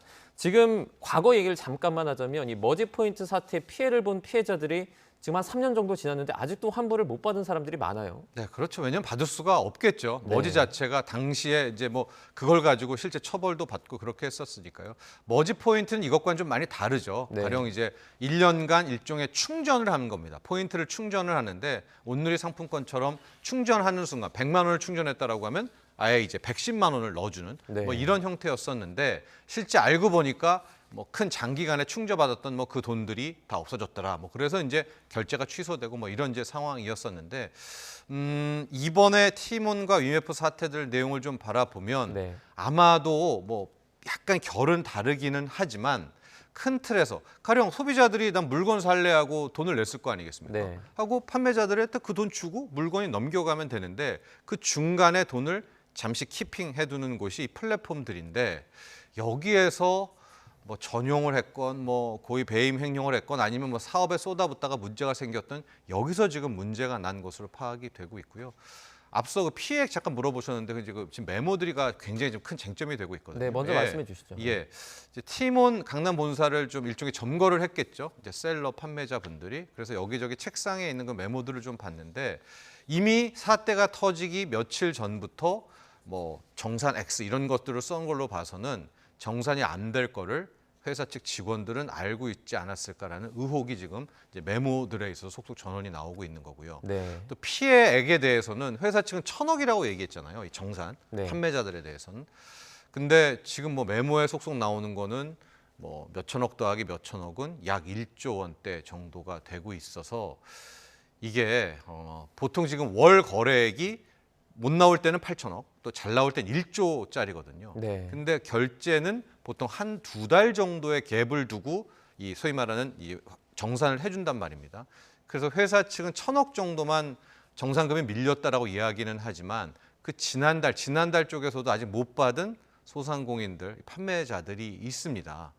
그렇다면 실제 회사 측이 말하는 1,000억보다는 이 정산 피해 액수는 훨씬 더 클 수가 있다. 이런 추론이 가능합니다. 그 정산액이 만약에 이렇게 규모가 크다면 미정산금이 이렇게 크다면 만약에 판매자들 입장에서 좀 줄도산이라든지 이런 위험한 상황도 발생할 수 있겠어요. 분명히 발생할 수가 있겠죠. 네. 그러니까 어떤 식으로든 이 책임은 이제 모기업인 큐텐 그리고 거기에 규영배 대표가 이걸 책임져서 돈을 돌려서 정산을 해줘야 될 것 같은데 네. 글쎄요. 이 부분은 상당히 미지수 아니겠습니까? 근데 이쪽에 물건을 납품한 곳들이 소상공인분들은 아마 이렇게 자금이 한 3개월만 묶여도 못 버틸 정도로 굉장히 영세한 분들이 많이 있거든요. 네. 근데 당장 이번 달 못 받고 다음 달까지 못 받는다면 거의 3개월이 미정산 상태로 가는 것 아니겠습니까? 그러면 말씀하신 대로 어려운 곳들에서는 줄도산의 가능성도 매우 높습니다. 이런 가운데 일부 기업들의 대응도 조금 눈길을 끌고 있습니다. 시몬스나 SPC 같은 일부 대기업들은 대금 정산이 지금 안 된 상태에서 제품을 배송하거나 환불 처리를 해주겠다 이렇게 또 말을 했습니다. 그렇습니다. 먼저 이제 여행사들, 여행 상품들은 다 빼버렸습니다. 네. 여행 상품은 이제 워낙 좀 민감하니까 빼버렸는데 말씀하신 대로 시몬스라든가 뭐 SPC 같은 경우에는 소비자는 이제 카드를 긁었을 거 아니겠습니까? 하고 일종의 돈은 플랫폼에 들어갔고 이제 주문은 체크업이 됐겠죠. 받았겠죠. 네. 그런데 지금 정산은 못 받았죠. 보통 이제 40일 이후에 받게 되니까. 근데 지금 상황으로 보면 지금 받은 주문은 다음 달에도 정산 받기는 힘들겠죠. 아마 다다음 달, 어쩌면 꽤 오랜 기간 정산을 못 받을 수가 있을 겁니다. 근데 그걸 알고도 소비자들에게 이제 이거는 일종의 둘의 어떤 고객과의 계약이기 때문에 뭐 이런 기업들은 침대든 이런 물품들은 일단은 계약권에 한해서는 이제 공급을 하겠다, 발송을 하겠다라고 또 이야기를 해서 이런 것들이 회사 차원에서는 이제 제가 봤을 때 피해로 남을 것 같지만 네. 고객 신뢰도라든가 이런 어떤 브랜드 가치를 높이는 그런 측면에서는 긍정적이라고도 볼 수 있겠습니다. 지금 사태가 일파만파 커지니까 공정거래위원회가 지금 이 사건을 들여다보고 있는 것으로 알고 있습니다. 네. 자, 공정위가 지금 어떤 부분을 집중적으로 좀 봐야 할까요? 이게 좀 애매합니다. 왜냐하면 어제 오전까지만 해도 공정위는 뭐하냐, 공정위 얘기했을 때 공정위가 일단 나서기를 좀 꺼려했거든요. 네. 왜냐하면 이게 전형적으로 현 상황만 놓고 보면 거의 사적 계약에서 발생된 문제잖아요. 이제 이 중에서 뭐 실제 뭐 불공정 행위가 일어났는지가 아직은 모르지 않습니까? 네. 중간에 플랫폼 업체가 어쨌든 정산과 환불을 못 해준 이런 상황이기는 한데 그런데 지금 사태가 일파만파 커지고 대통령실도 지금 직접 나왔습니다. 그래서 이번에 팀원과 위메프 사태에서 차질없게 하라고 이야기를 하니까 이제 부랴부랴 공정위도 입장을 좀 바뀌었었는데 일단은 먼저 하는 것이 피해 구제 측면에서는 한국소비자원한테 지시를 내렸던 것 같아요. 그래서 네. 일단은 전담팀을 운영을 하라 하고 공정위도 바로 뛰어들 수는 없잖아요. 그러니까 상황들을 좀 받아야 되니까 민원팀을 일단 가동하는 것 같습니다. 그래서 어떤 민원 상황들이 있는지를 보고 아마 그 내용들을 봐서 공정위가 개입할 수 있는 부분들을 찾고 있지 않느냐라고 보고 있습니다. 네, 지금뿐만 아니라 금감위에서도 카드사나 피지사에 이제 환불을 먼저 하고 네. 그다음에 회수를 해라 이렇게 요청을 하기도 했습니다. 네. 만약에 이렇게 하게 되면 근데 그 나중에 보전받지 못할 경우에 카드사나 피지사가 이 손실을 그대로 떠안는 거 아닙니까? 그렇죠. 예. 네. 그러니까 이게 이제 구조가 좀 복잡해도 아주 쉽게 생각하면은 일단은 카드를 우리가 소비자들이 썼죠. 이제 사용을 하지 않았었습니까? 그러면 이제 그 돈은 앞서 말한 것처럼 플랫폼으로 들어가는데 이제 만약에 그 카드를 이제 환불 요청을 하게 될 경우에는 플랫폼에서 돈을 돌려줘야 되잖아요. 아주 네. 쉽게 생각하면. 근데 당국이 지금 워낙 급하니까 소비자들은 약자다. 그러면 이렇게 중간에 결제를 했던 카드사나 피지사들이 너네들이 먼저 이거 환불을 해줘라. 그리고 나서 그 받는 환불액을 이쪽 큐텐그룹, 팀원이나 이 위웨프한테 직접 받아라. 사후에 정산해서 받아라라고 이제 이야기를 했는데 이게 이제 선 환불을 해주고 나중에 돈은 이쪽 팀원 여기서 받아라라고 하는 건데 카드사나 피지사들도 굉장히 당혹스럽죠. 왜냐하면 네. 지금 돌아가는 모습들이 글쎄요, 이제 이 피해액을 만약에 돌려주고 난 뒤 그 돈을 사후에 정산받을 수 있을까 이제 굉장히 좀 의문이기는 한데 금감원은 상당히 좀 강력하게 이제 카드사와 피지사도 이 사태에 좀 동참하라고 좀 이야기를 하고 있습니다. 네, 어쨌든 선환불 후회주 조치를 말했던 금감원의 어떤 그 의도도 저희가 좀 더 들여다봐야 할 것 같고요. 지금 카드사들이 일부 소비자 대상으로 카드 결제 취소 신청을 받고 있다고 하는데 일부 소비자들은 이게 해당이 되는 겁니까? 그러니까 여기 기준이 좀 애매한 것 같아요. 네. 며칠자부터 이 카드 결제 취소를 받는다는 건지. 왜냐면은 이미 사태 전에 뭐 7월 초라든가 여기까지도 포함이 되는지. 그러니까 카드사들도 굉장히 지금 우왕좌왕한 그런 모습들도 좀 보여지고 있거든요. 네. 그래서 좀 정확한 명확한 기준이 좀 나와야 될 것 같고요. 앞서 말한 것처럼 금감원도 이렇게 이제 지시를 내렸을 거 아닙니까? 뭐 카드사나 피지사한테 선환불해라, 선조치해라 그랬는데 그게 또 이제 뭐 구두 명령이니까 들을 수도 있고 안 들을 수도 있고 그러면 소비자 입장에서는 카드사한테 금감원 이거 해주라고 했는데 왜 안 해주냐. 그러니까 이제 계속 이야기가 꼬리에 꼬리를 좀 묻니다. 네. 그래서 이런 곳에서는 좀 명확하게 된다 안 된다를 당국에서 먼저 나서서 좀 선을 거줘야 될 필요가 있겠다 이렇게 보여집니다. 지금 뭐 팀원 위메프 이렇게 보면 자본 잠식 상태였던 것으로 전해지고 있거든요. 네. 이커머스 기업들 중에 지금 이와 비슷한 상황에 좀 놓여 있는 기업들이 눈에 띈다고요. 근데 이제 이커머스란 자체가 네. 항상 좀 이렇게 초반부가 시작이 되거든요. 지금 나스닥도 상장을 했던 쿠팡도 몇 년간을 어려웠습니다. 뭐 수년간 적자, 이거 몸 벌고 저러다가 쿠팡 망한다라고 했는데 결국에서는 이제 엄청난 쩐주 이 투자자가 있었죠. 소프트뱅크의 손정유 회장이 1조 뭐 5천억, 1조 5천억 거의 3조 이상을 이제 투입을 하게 되면서 막판까지 버텨서 이제 쿠팡을 흑자 회사로 만들고 이제 이렇게 된 해피엔딩이 나오게 된 건데요. 네. 아마 이제 그 앞부분을 나머지 이커머스 업체들도 좀 흉내를 내고 따라가는 것 같습니다. 근데 앞서 저 팀웨이나 이 저쪽 위메프는 일단 사업 자체에서 계속 적자고요. 갖고 있는 유동자산, 현금성 자산보다 적자액이 훨씬 유동부채가 큰 상황이어서 뭐 현재 상황으로는 자본 잠식이고 모기업 쪽도 그렇게 큰 기대를 할 수 없을 것 같아요. 네, 일단 뭐 아직 피해자들이 많은 만큼 저희가 뭐 관련 상황은 계속 취재해서 전해드리도록 하고요. 그다음에 상속세 이슈도 저희가 짚어보도록 하겠습니다. 정부가 이제 25년 만입니다. 상속세 부담을 줄이기로 결정을 했는데요. 그러니까 자녀에게 상속을 할 때 그 공제받았던 게 5천만 원이었는데 이게 10배 늘어서 5억 원까지 공제를 해준다. 핵심은 이거죠? 네, 뭐 전체 상속세율 최고세율을 10%포인트 인하하는 것과 함께 방금 앵커께서 이야기한 것처럼 공제 자체의 규모를 좀 키워준다라는 이제 두 가지 포인트가 볼 수 있을 것 같습니다. 네. 지금 보시면은 이제 현행과 개정안을 보게 되면 일단 최고세율 부분에 있어서가 이제 구간과 세율 자체가 조금 줄어든 이제 그런 모습들을 볼 수가 있을 것 같고요. 네. 저거보다는 일반 국민들 저기에서 뭐 30억 초과, 10억 초과는 아마 한 해당이 안 2,000명 이하 정도가 이제 해당되는 거고요. 우리 네. 대한민국에서 그 앞대목인데요. 자녀들의 인적 공제 액수를 키워준 겁니다. 기존에는 자녀 한 명당 5천만 원인데 자녀 한 명당 5억. 그러니까 10배로 키워준 겁니다. 근데 보통 우리가 상속을 받을 땐 자녀와 또 이제 피상속인 중에 배우자가 살아 있을 때 이렇게 나눠 갖지 않겠습니까? 네. 그래서 뭐 배우자 일괄 공제 이런 걸 토탈로 하게 되면은 어떤 상황이 나오느냐? 12억 아파트 같은 경우가 있었다고 치면 네. 기존에는 뭐 자녀 한 명에 5천만 원, 또 자녀 두 명에서 저기서 1억 받고 뭐 배우자에서 5억 받고 그런 다음에 나머지 부분에서 기초 일괄 공제 빼고 뭐 그런 상황이어서 이제 2,500만 원의 상속세를 내야 되는데 네. 지금은 자녀 한 명, 자녀 두 명에서 각각 5억과 배우자 공제까지 합쳐서 10억이 빠지고요. 기초 2억의 인적 공제가 또 있거든요. 이거를 기초 공제를 빼버리니까 12억 같은 경우에는 실제 12억의 뭐 10억 아파트가 있다고 해보겠습니다. 배우자와 자녀 둘이 있는 경우에는 이제 내지 않아도 되는 이제 그런 상황이 된 거죠. 그 정부의 입장은 이렇습니다. 중산층의 부담을 완화할 수 있다. 이런 목소리를 계속해서 내고 있는데 이 효과는 어느 정도라고 보세요? 서울의 아파트 가격 때문에 아마도 이렇게 전격적으로 나온 것 같아요. 근데 서울 아파트의 이제 중위 가격들이 9억, 10억 뭐 이런 식으로 됐고 이제 웬만한 강남뿐만이 아니라 강북에 있는 아파트들도 11억, 12억 뭐 이상 되는 아파트들이 현재 뭐 종부세 기준이 되는 뭐 13억, 14억짜리 시세 기준입니다. 또 많아지게 되니까 네. 이제 실질적으로 집값도 올라가고 물가도 많이 올랐는데 상속에 되는 저 과표는 그대로 둔다는 것이 불합리한 것이다라는 게 이제 기획재정부의 판단이어서 아마 이렇게 전격적으로 결정하게 된 것 같은데요. 네. 아마 부모님들도 거의 우리 부모님 세대들이 현재 부모님 세대들이 부동산 자산이 거의 뭐 90%에 육박하고 집 한 채가 다다, 뭐 집 두 채가 다다, 뭐 이런 것들 아니겠습니까? 그래서 뭐 서울에 한 10억 원대 이상의 네. 아파트를 둔 과연 우리나라 대한민국에서 그 뭐 시세 14억, 15억 아파트를 갖고 있는 분들을 중산층이라고 할 수 있을지는 모르겠지만은 네.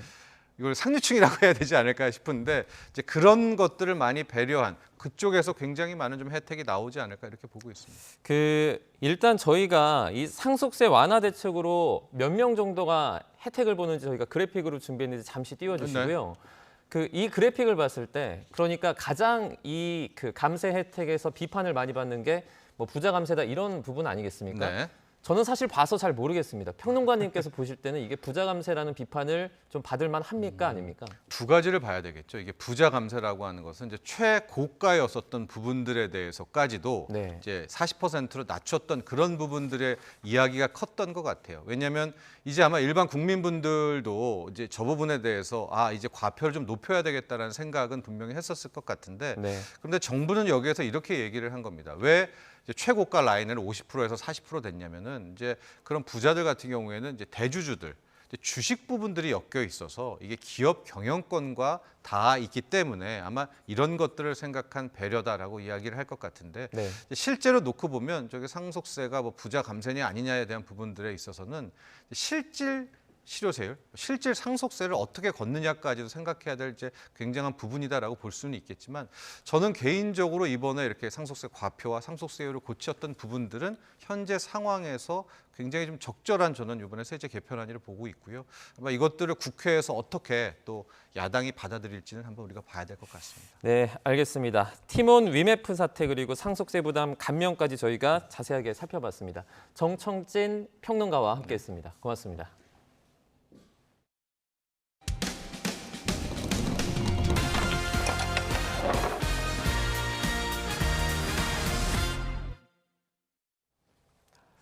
대전에 있는 어린이집의 교사의 인솔화에 아이들이 단체로 무단횡단을 했다는 제보가 들어왔습니다.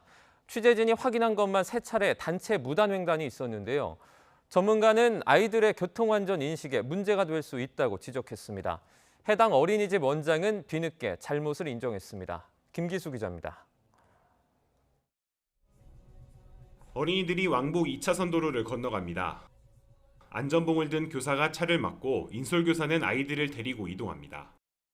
하지만 건너가는 곳은 횡단보도가 아닌 노란 중앙선이 있는 차도입니다. 바로 옆 어린이집에서 나온 아이들이 교사들과 함께 단체로 무단횡단을 한 겁니다. 어린이집 입구에서 가까운 횡단보도까지 걸어가 보겠습니다.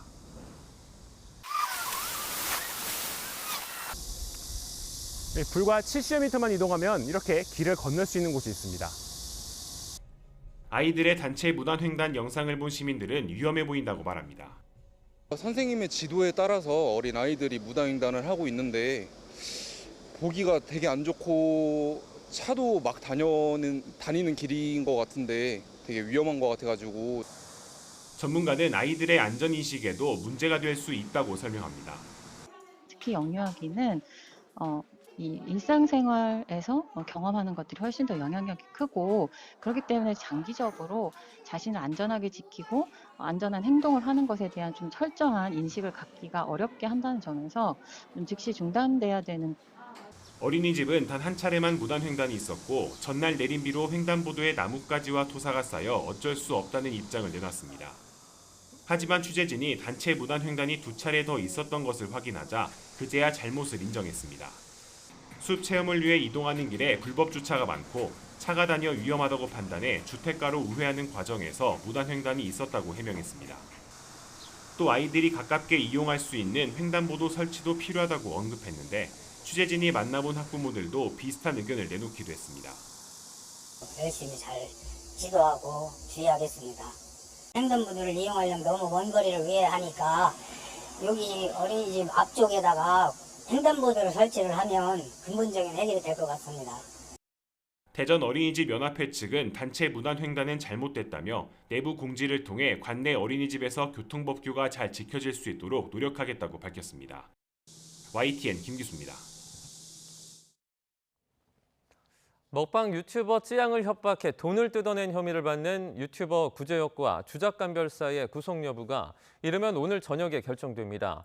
수원지방법원은 오늘 오전 10시 반 공갈 등의 혐의를 받는 구제혁과 주작간별사에 대한 구속 전 피의자 신문을 진행하고 있습니다. 이들은 지난해 2월 쯔양으로부터 5,500만 원을 갈취한 혐의를 받습니다. 특히 구제혁은 쯔양과 전 남자친구 사이의 일을 빌미로 쯔양을 협박하고 강요한 혐의도 받습니다. 유명 유튜버 쯔양이 자신의 과거 정보를 유튜버 구제혁에게 넘긴 의혹을 받는 최모 변호사를 고소했습니다. 쯔양 측은 어제 공갈과 업무상 비밀 누설 등의 혐의로 최 변호사를 수원지방검찰청에 고소했습니다. 최 변호사는 쯔양의 전 남자친구이자 소속사 대표 A씨의 법률 대리를 맡았던 인물로 구제혁에게 쯔양의 정보를 넘겨준 제보자로 지목됐습니다. 최 변호사는 논란이 일자 SNS를 통해 의뢰인 요청에 따라서 제보했을 뿐이라고 주장했지만 대한변호사협회는 최 변호사에 대한 직권조사를 개시하고 징계 여부 검토에 나섰습니다. 유튜버 쯔양 협박 갈취 의혹을 받는 사이버 레커들이 더는 유튜브에서 수익을 낼 수 없게 됐지만 비판 여론은 쉽게 가라앉지 않고 있습니다. 돈만 되면 뭐든 하는 악성 유튜버뿐 아니라 이런 생태계를 꾸려 유지하고 있는 유튜브도 책임을 벗어나기 어렵다는 지적이 나오는데요. 송재인 기자가 취재했습니다. 다른 제보 내용도 같이 취재를 하고 있는데요. 100배는 심각한 내용입니다. 제가 알리기 싫었던 이야기들을 그걸 얘기하시는 것 같아서 나쁜 일을 하면 그에 맞는 엄청난 대가를 치러야 한다는 걸 몸소 느끼고 있습니다. 조회수가 곧 돈이 될 수 있는 유튜브 생태계에서 윤리의식이 어디까지 추락할 수 있는지 여실히 보여줬던 유튜버 쯔양 협박 의혹. 사태 발생 나흘 만에 유튜브가 논란이 된 사이버 레코드 수익 창출을 끊었지만 비슷한 논란이 반복되는 동안 플랫폼은 뒷짐만 지고 있던 게 아니냐는 비판과 함께 더는 유튜브의 자체적인 콘텐츠 관리 정책에만 기대서는 안 된다는 지적이 나왔습니다. 이제 유튜브도 규제해야 한다는 겁니다. 절대적으로 영향력이 있으면 그걸 자율적 규제에다 두는 건 굉장히 어폐가 있다라고 생각을 하고요. 현명한 공적 제재도 굉장히 세부적으로 있어야 된다라는. 과징금 부과 등 강제적 조치로 규제할 수 있는 방송법을 유튜브에도 적용하자는 주장이 대표적인데 승인이나 제어가가 걸린 방송 사업자들과 달리 무한히 새 채널을 열 수 있는 유튜브는 기존 방송법으로 규제해도 실효성이 떨어질 수 있습니다. 또 어떤 기구가 무슨 기준으로 유해성을 따지느냐를 두고 또 다른 논란이 불거질 가능성도 있습니다. 표현의 자유 위축 우려와도 맞닿은 건데 이에 따라 학계에서는 유럽처럼 콘텐츠 자체가 아니라 플랫폼이 이를 관리하는 절차를 감시할 수 있는 체계를 만드는 게 현재로서는 최선이라고 보고 있습니다. 불법 콘텐츠나 허위 정보를 모니터링해서 신속하게 제거하는 그런 장치를 마련하지 않을 경우에는 아주 강력한 제재를 하는 법안들이 유럽에서는 이미 시행이 되고 있습니다.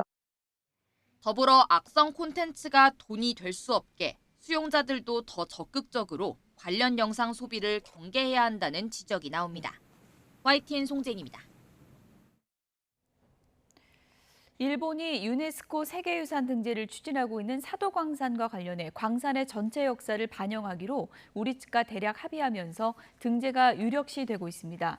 외교부 당국자는 어려운 과정 끝에 가까스로 한일 간 합의가 막판에 이뤄지고 있고 별다른 일이 없다면 한일 간의 투표 대결 없이 사도광산이 세계유산으로 등재될 것으로 예상된다고 말했습니다. 이같이 예상하는 이유로는 일본이 강제 동원을 포함한 광산의 전체 역사를 반영하겠다고 약속했고 이미 실질적인 조치까지 취했기 때문이라고 설명했습니다. 이런 가운데 일본 정부가 사도광산과 관련해 한국 정부와 조선인 노동자 역사를 현지에서 전시하기로 대략 합의했다고 아사히 신문이 보도했습니다. 아사히 신문은 지난달 유네스코 자문기구인 국제기념물유적협의회 이코모스가 사도광산의 보류를 권고한 뒤 양국 정부가 이를 둘러싼 협의를 벌여왔다고 전했습니다. 특히 일본 정부는 한국 측의 요구에 어느 정도 다가서기를 하고 조선인 노동자 존재를 현지 전시로 소개하겠다는 입장을 유네스코 세계유산위원회에서 표명할 것이라고 설명했습니다. 미국이 북한의 해킹 그룹인 안다리엘과 연관된 북한 국적의 해커 림종혁을 현상 수배했습니다. 림종혁이 의료 서비스 업체와 공군기지 등을 공격하는 데 결정적인 역할을 했다고 지목하고 100억 원이 넘는 현상금까지 걸었습니다. 김지영 기자입니다. 미 국무부가 관련 홈페이지 등에 올린 북한 국적 해커 림종혁의 현상 수배 전단입니다.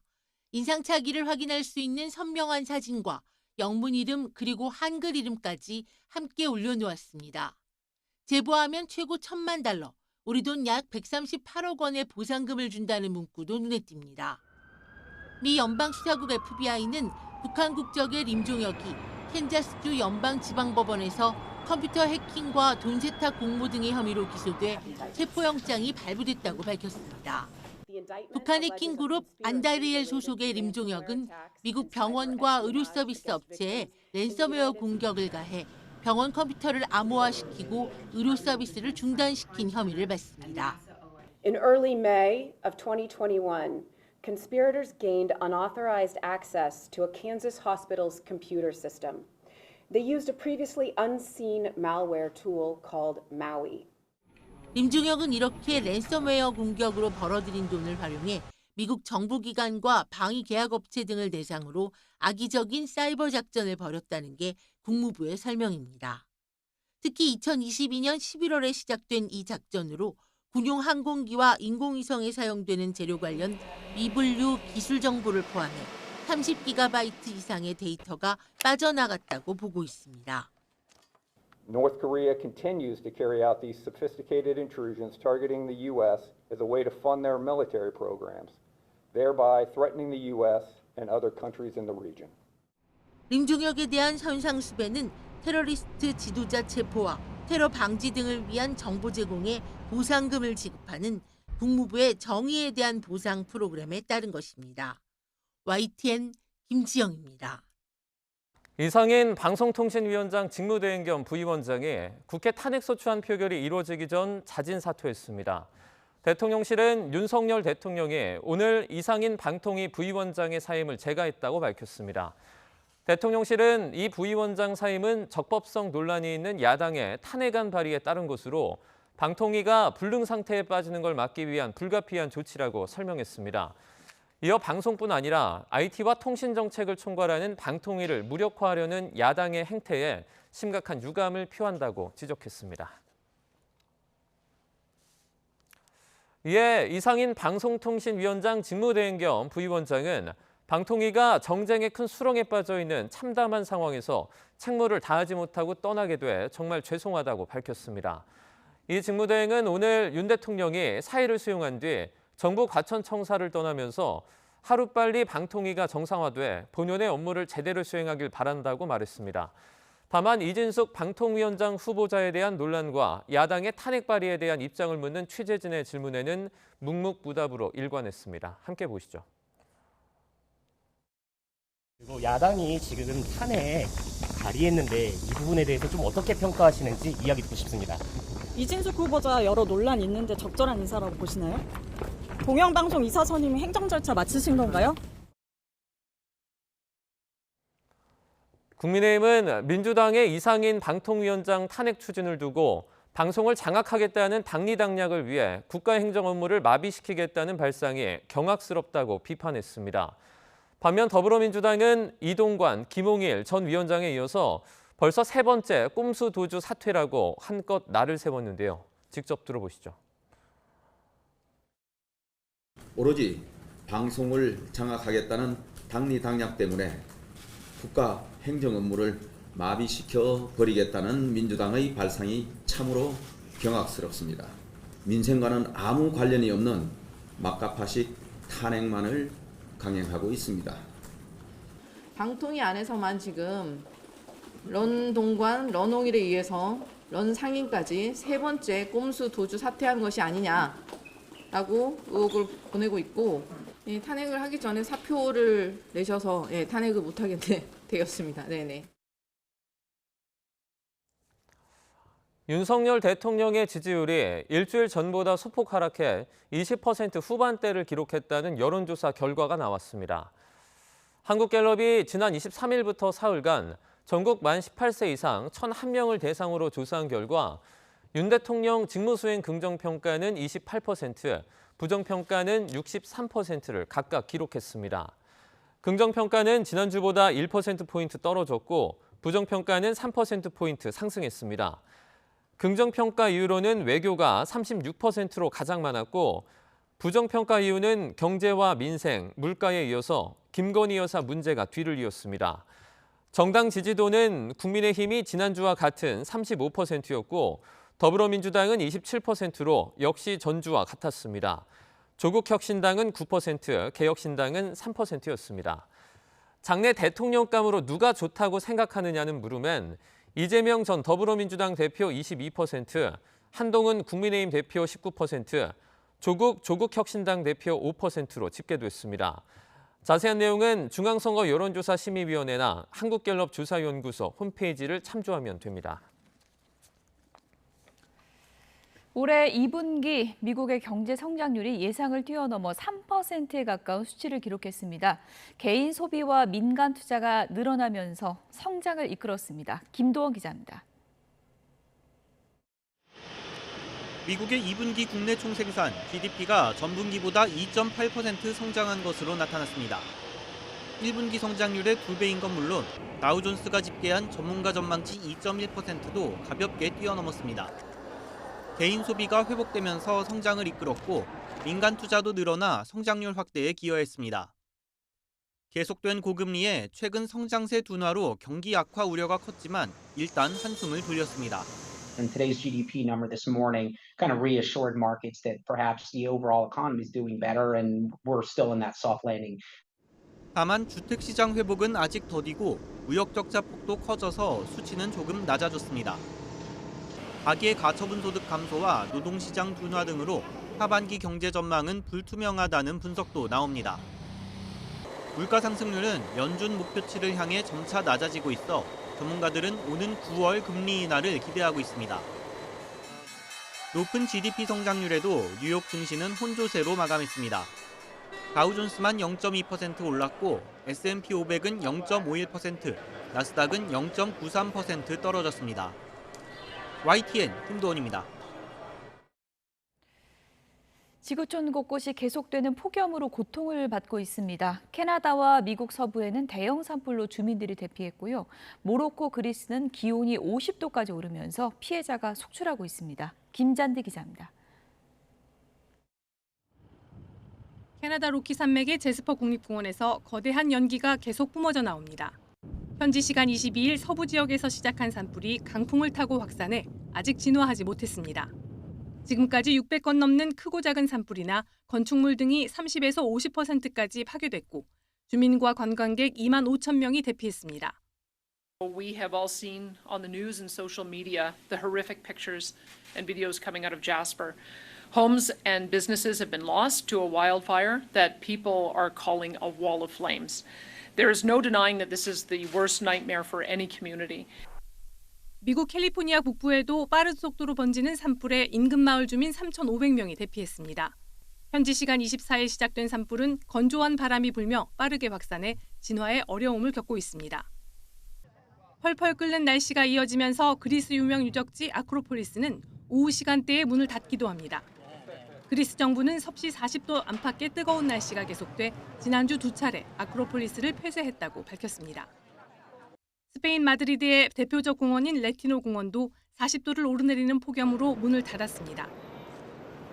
모로코에서는 최근 48도의 고온이 지속되면서 중부의 한 도시에서 하루 동안 21명이 숨졌습니다. 올여름 지구촌 곳곳이 전례 없는 폭염과 산불 등으로 고통받고 있는 가운데 유엔이 기후변화 대응을 촉구했습니다. 구테우스 유엔 사무총장은 세계 인구 24억 명이 폭염의 위험에 노출돼 있다며 지구는 점점 뜨거워지고 더 위험해지고 있다고 경고했습니다. Extreme temperatures are no longer a one day, one week or one month phenomenon. If there is one thing that unites our divided world is that we are all increasingly feeling the heat. 앞서 유럽연합 기후감시기구인 코페르니쿠스 기후변화 서비스는 22일 전 세계 지표면의 평균 기온이 섭씨 17.15도를 기록해 1940년 기후 관측을 시작한 이래 가장 높았다고 발표했습니다. YTN 김잔디입니다. 파리올림픽 개막 하루 전날 올림픽에 반대하는 시위가 열렸습니다. 이곳은 파리 공화국 광장인데요. 시위대 300여 명이 이곳에 모였습니다. 이들은 올림픽 때문에 치러야 하는 경제적, 사회적, 생태적 비용과 시민들에 대한 자유의 제한을 생각할 때 올림픽은 열려서는 안 된다. 이렇게 주장을 하고 있는데요. 또 다른 시위 참가자들은 올림픽 기간 대중교통 요금 인상과 노숙자 강제 이주, 그리고 이스라엘의 올림픽 참가 허용을 비판했습니다. 네, 브라질 리우데자네이루 해안에 서식하는 상어에서 코카인 양성 반응이 나타났습니다.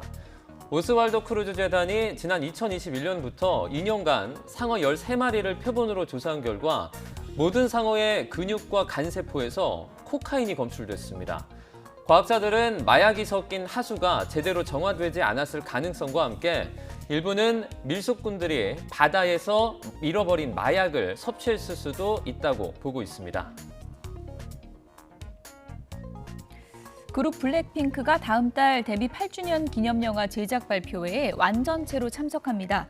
소속사 YG 엔터테인먼트는 블랙핑크 멤버 4명이 다음 달 9일 서울 영등포 타임스퀘어에서 열리는 공연 실황 영화 제작 발표에 참석한다고 밝혔습니다. YG는 네 멤버가 직접 상영관을 찾아서 팬들에게 감사를 전하는 무대 인사 시간도 마련하겠다고 덧붙였는데요. 블랙핑크가 이렇게 완전체로 공개 행사에 나서는 건 지난해 9월 이후 약 11개월 만입니다. BTS 지민이 군 복무 중에 내놓은 솔로 2집이 글로벌 음원 차트에서 선전을 이어가고 있습니다. 타이틀곡 후는 세계 최대 스트리밍 플랫폼 스포티파이의 데일리 톱송 글로벌 차트에서 지난 23일부터 이틀 연속 1위를 차지했습니다. 해당 차트에서 1위를 기록한 K-팝 솔로 가수는 BTS 지민과 정국군입니다. 네, 일상생활에서 다양한 위험 요소를 마주하고도 안일하게 대처하다가 큰 사고가 날 때가 있죠. 경기도가 무료로 안전진단을 해주는 안전예방 한라인을 운영하고 있는데 반응이 좋다고 합니다. 최명신 기자입니다. 건물 흔들림 민원이 잦았던 성남의 근린생활시설입니다.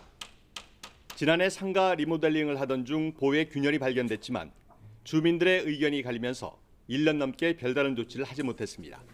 많은 구분 소유자들이 그냥 간단한 공진 현상일 수 있는데 너무 예민하게 반응하는 것이 아니냐, 이런 의견들이 좀 많았고. 부천의 한 다세대 주택엔 필로티 기둥 아래쪽에 심하게 균열이 생겼습니다. 지어진 지 20년이 넘은 터라 행여 붕괴 사고라도 날까 주민들은 하루하루 불안에 떨었습니다.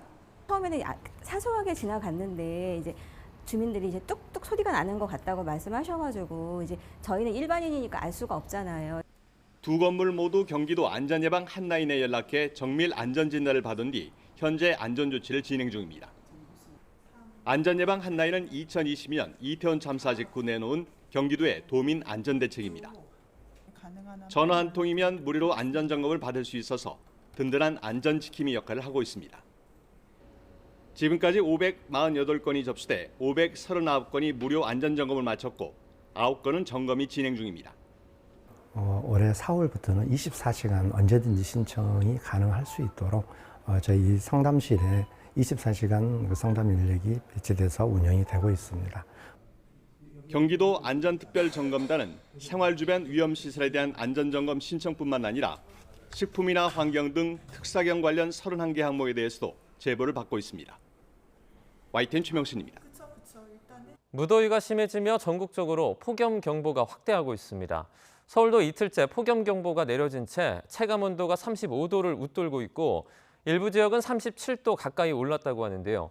심한 폭염 속에 내륙에는 강한 소나기가, 남해안과 제주도에는 호우가 쏟아지는 곳도 있습니다. 자세한 날씨 기상캐스터 연결해서 알아보겠습니다. 함예진 캐스터. 네, 광화문 광장에 나와 있습니다. 네, 더위가 심해지고 있는데 오늘 광화문에서는 물놀이 행사가 진행되고 있다고요? 네, 그렇습니다. 무더위가 심해지면서 시민들을 위해 2024 썸머 비치 행사가 열리고 있는데요. 현재는 기온이 폭발적으로 오르면서 서울에 산발적인 소나기가 내리고 있습니다. 하지만 이곳에서는 워터 슬라이드를 즐기는 아이들의 웃음소리로 가득한데요. 현재 서울 체감 기온은 35도까지 치솟으면서 극심한 무더위가 기승을 부리고 있습니다. 네, 당분간은 폭염과 함께 소나기와 비도 내린다고요? 네, 그렇습니다. 폭염과 소나기가 지속될 것으로 보이는데요. 오늘 밤까지는 내륙을 중심으로 최고 80mm의 소나기가 내리겠습니다. 소나기가 내리는 지역에서는 시간당 50mm로 강하게 내릴 수 있겠습니다. 특히 제주 산간에는 내일까지 400mm 이상의 폭우가 쏟아질 것으로 보이니까요. 산사태가 발생할 수 있는 만큼 안전에 만전을 기해 주시길 바랍니다. 소나기가 오늘도 한낮에는 대기 불안정으로 내륙을 중심으로 소나기가 지나겠습니다. 소나기의 양은 중부와 전북, 경북에 5에서 많게는 80mm 이상이 예상되는데요.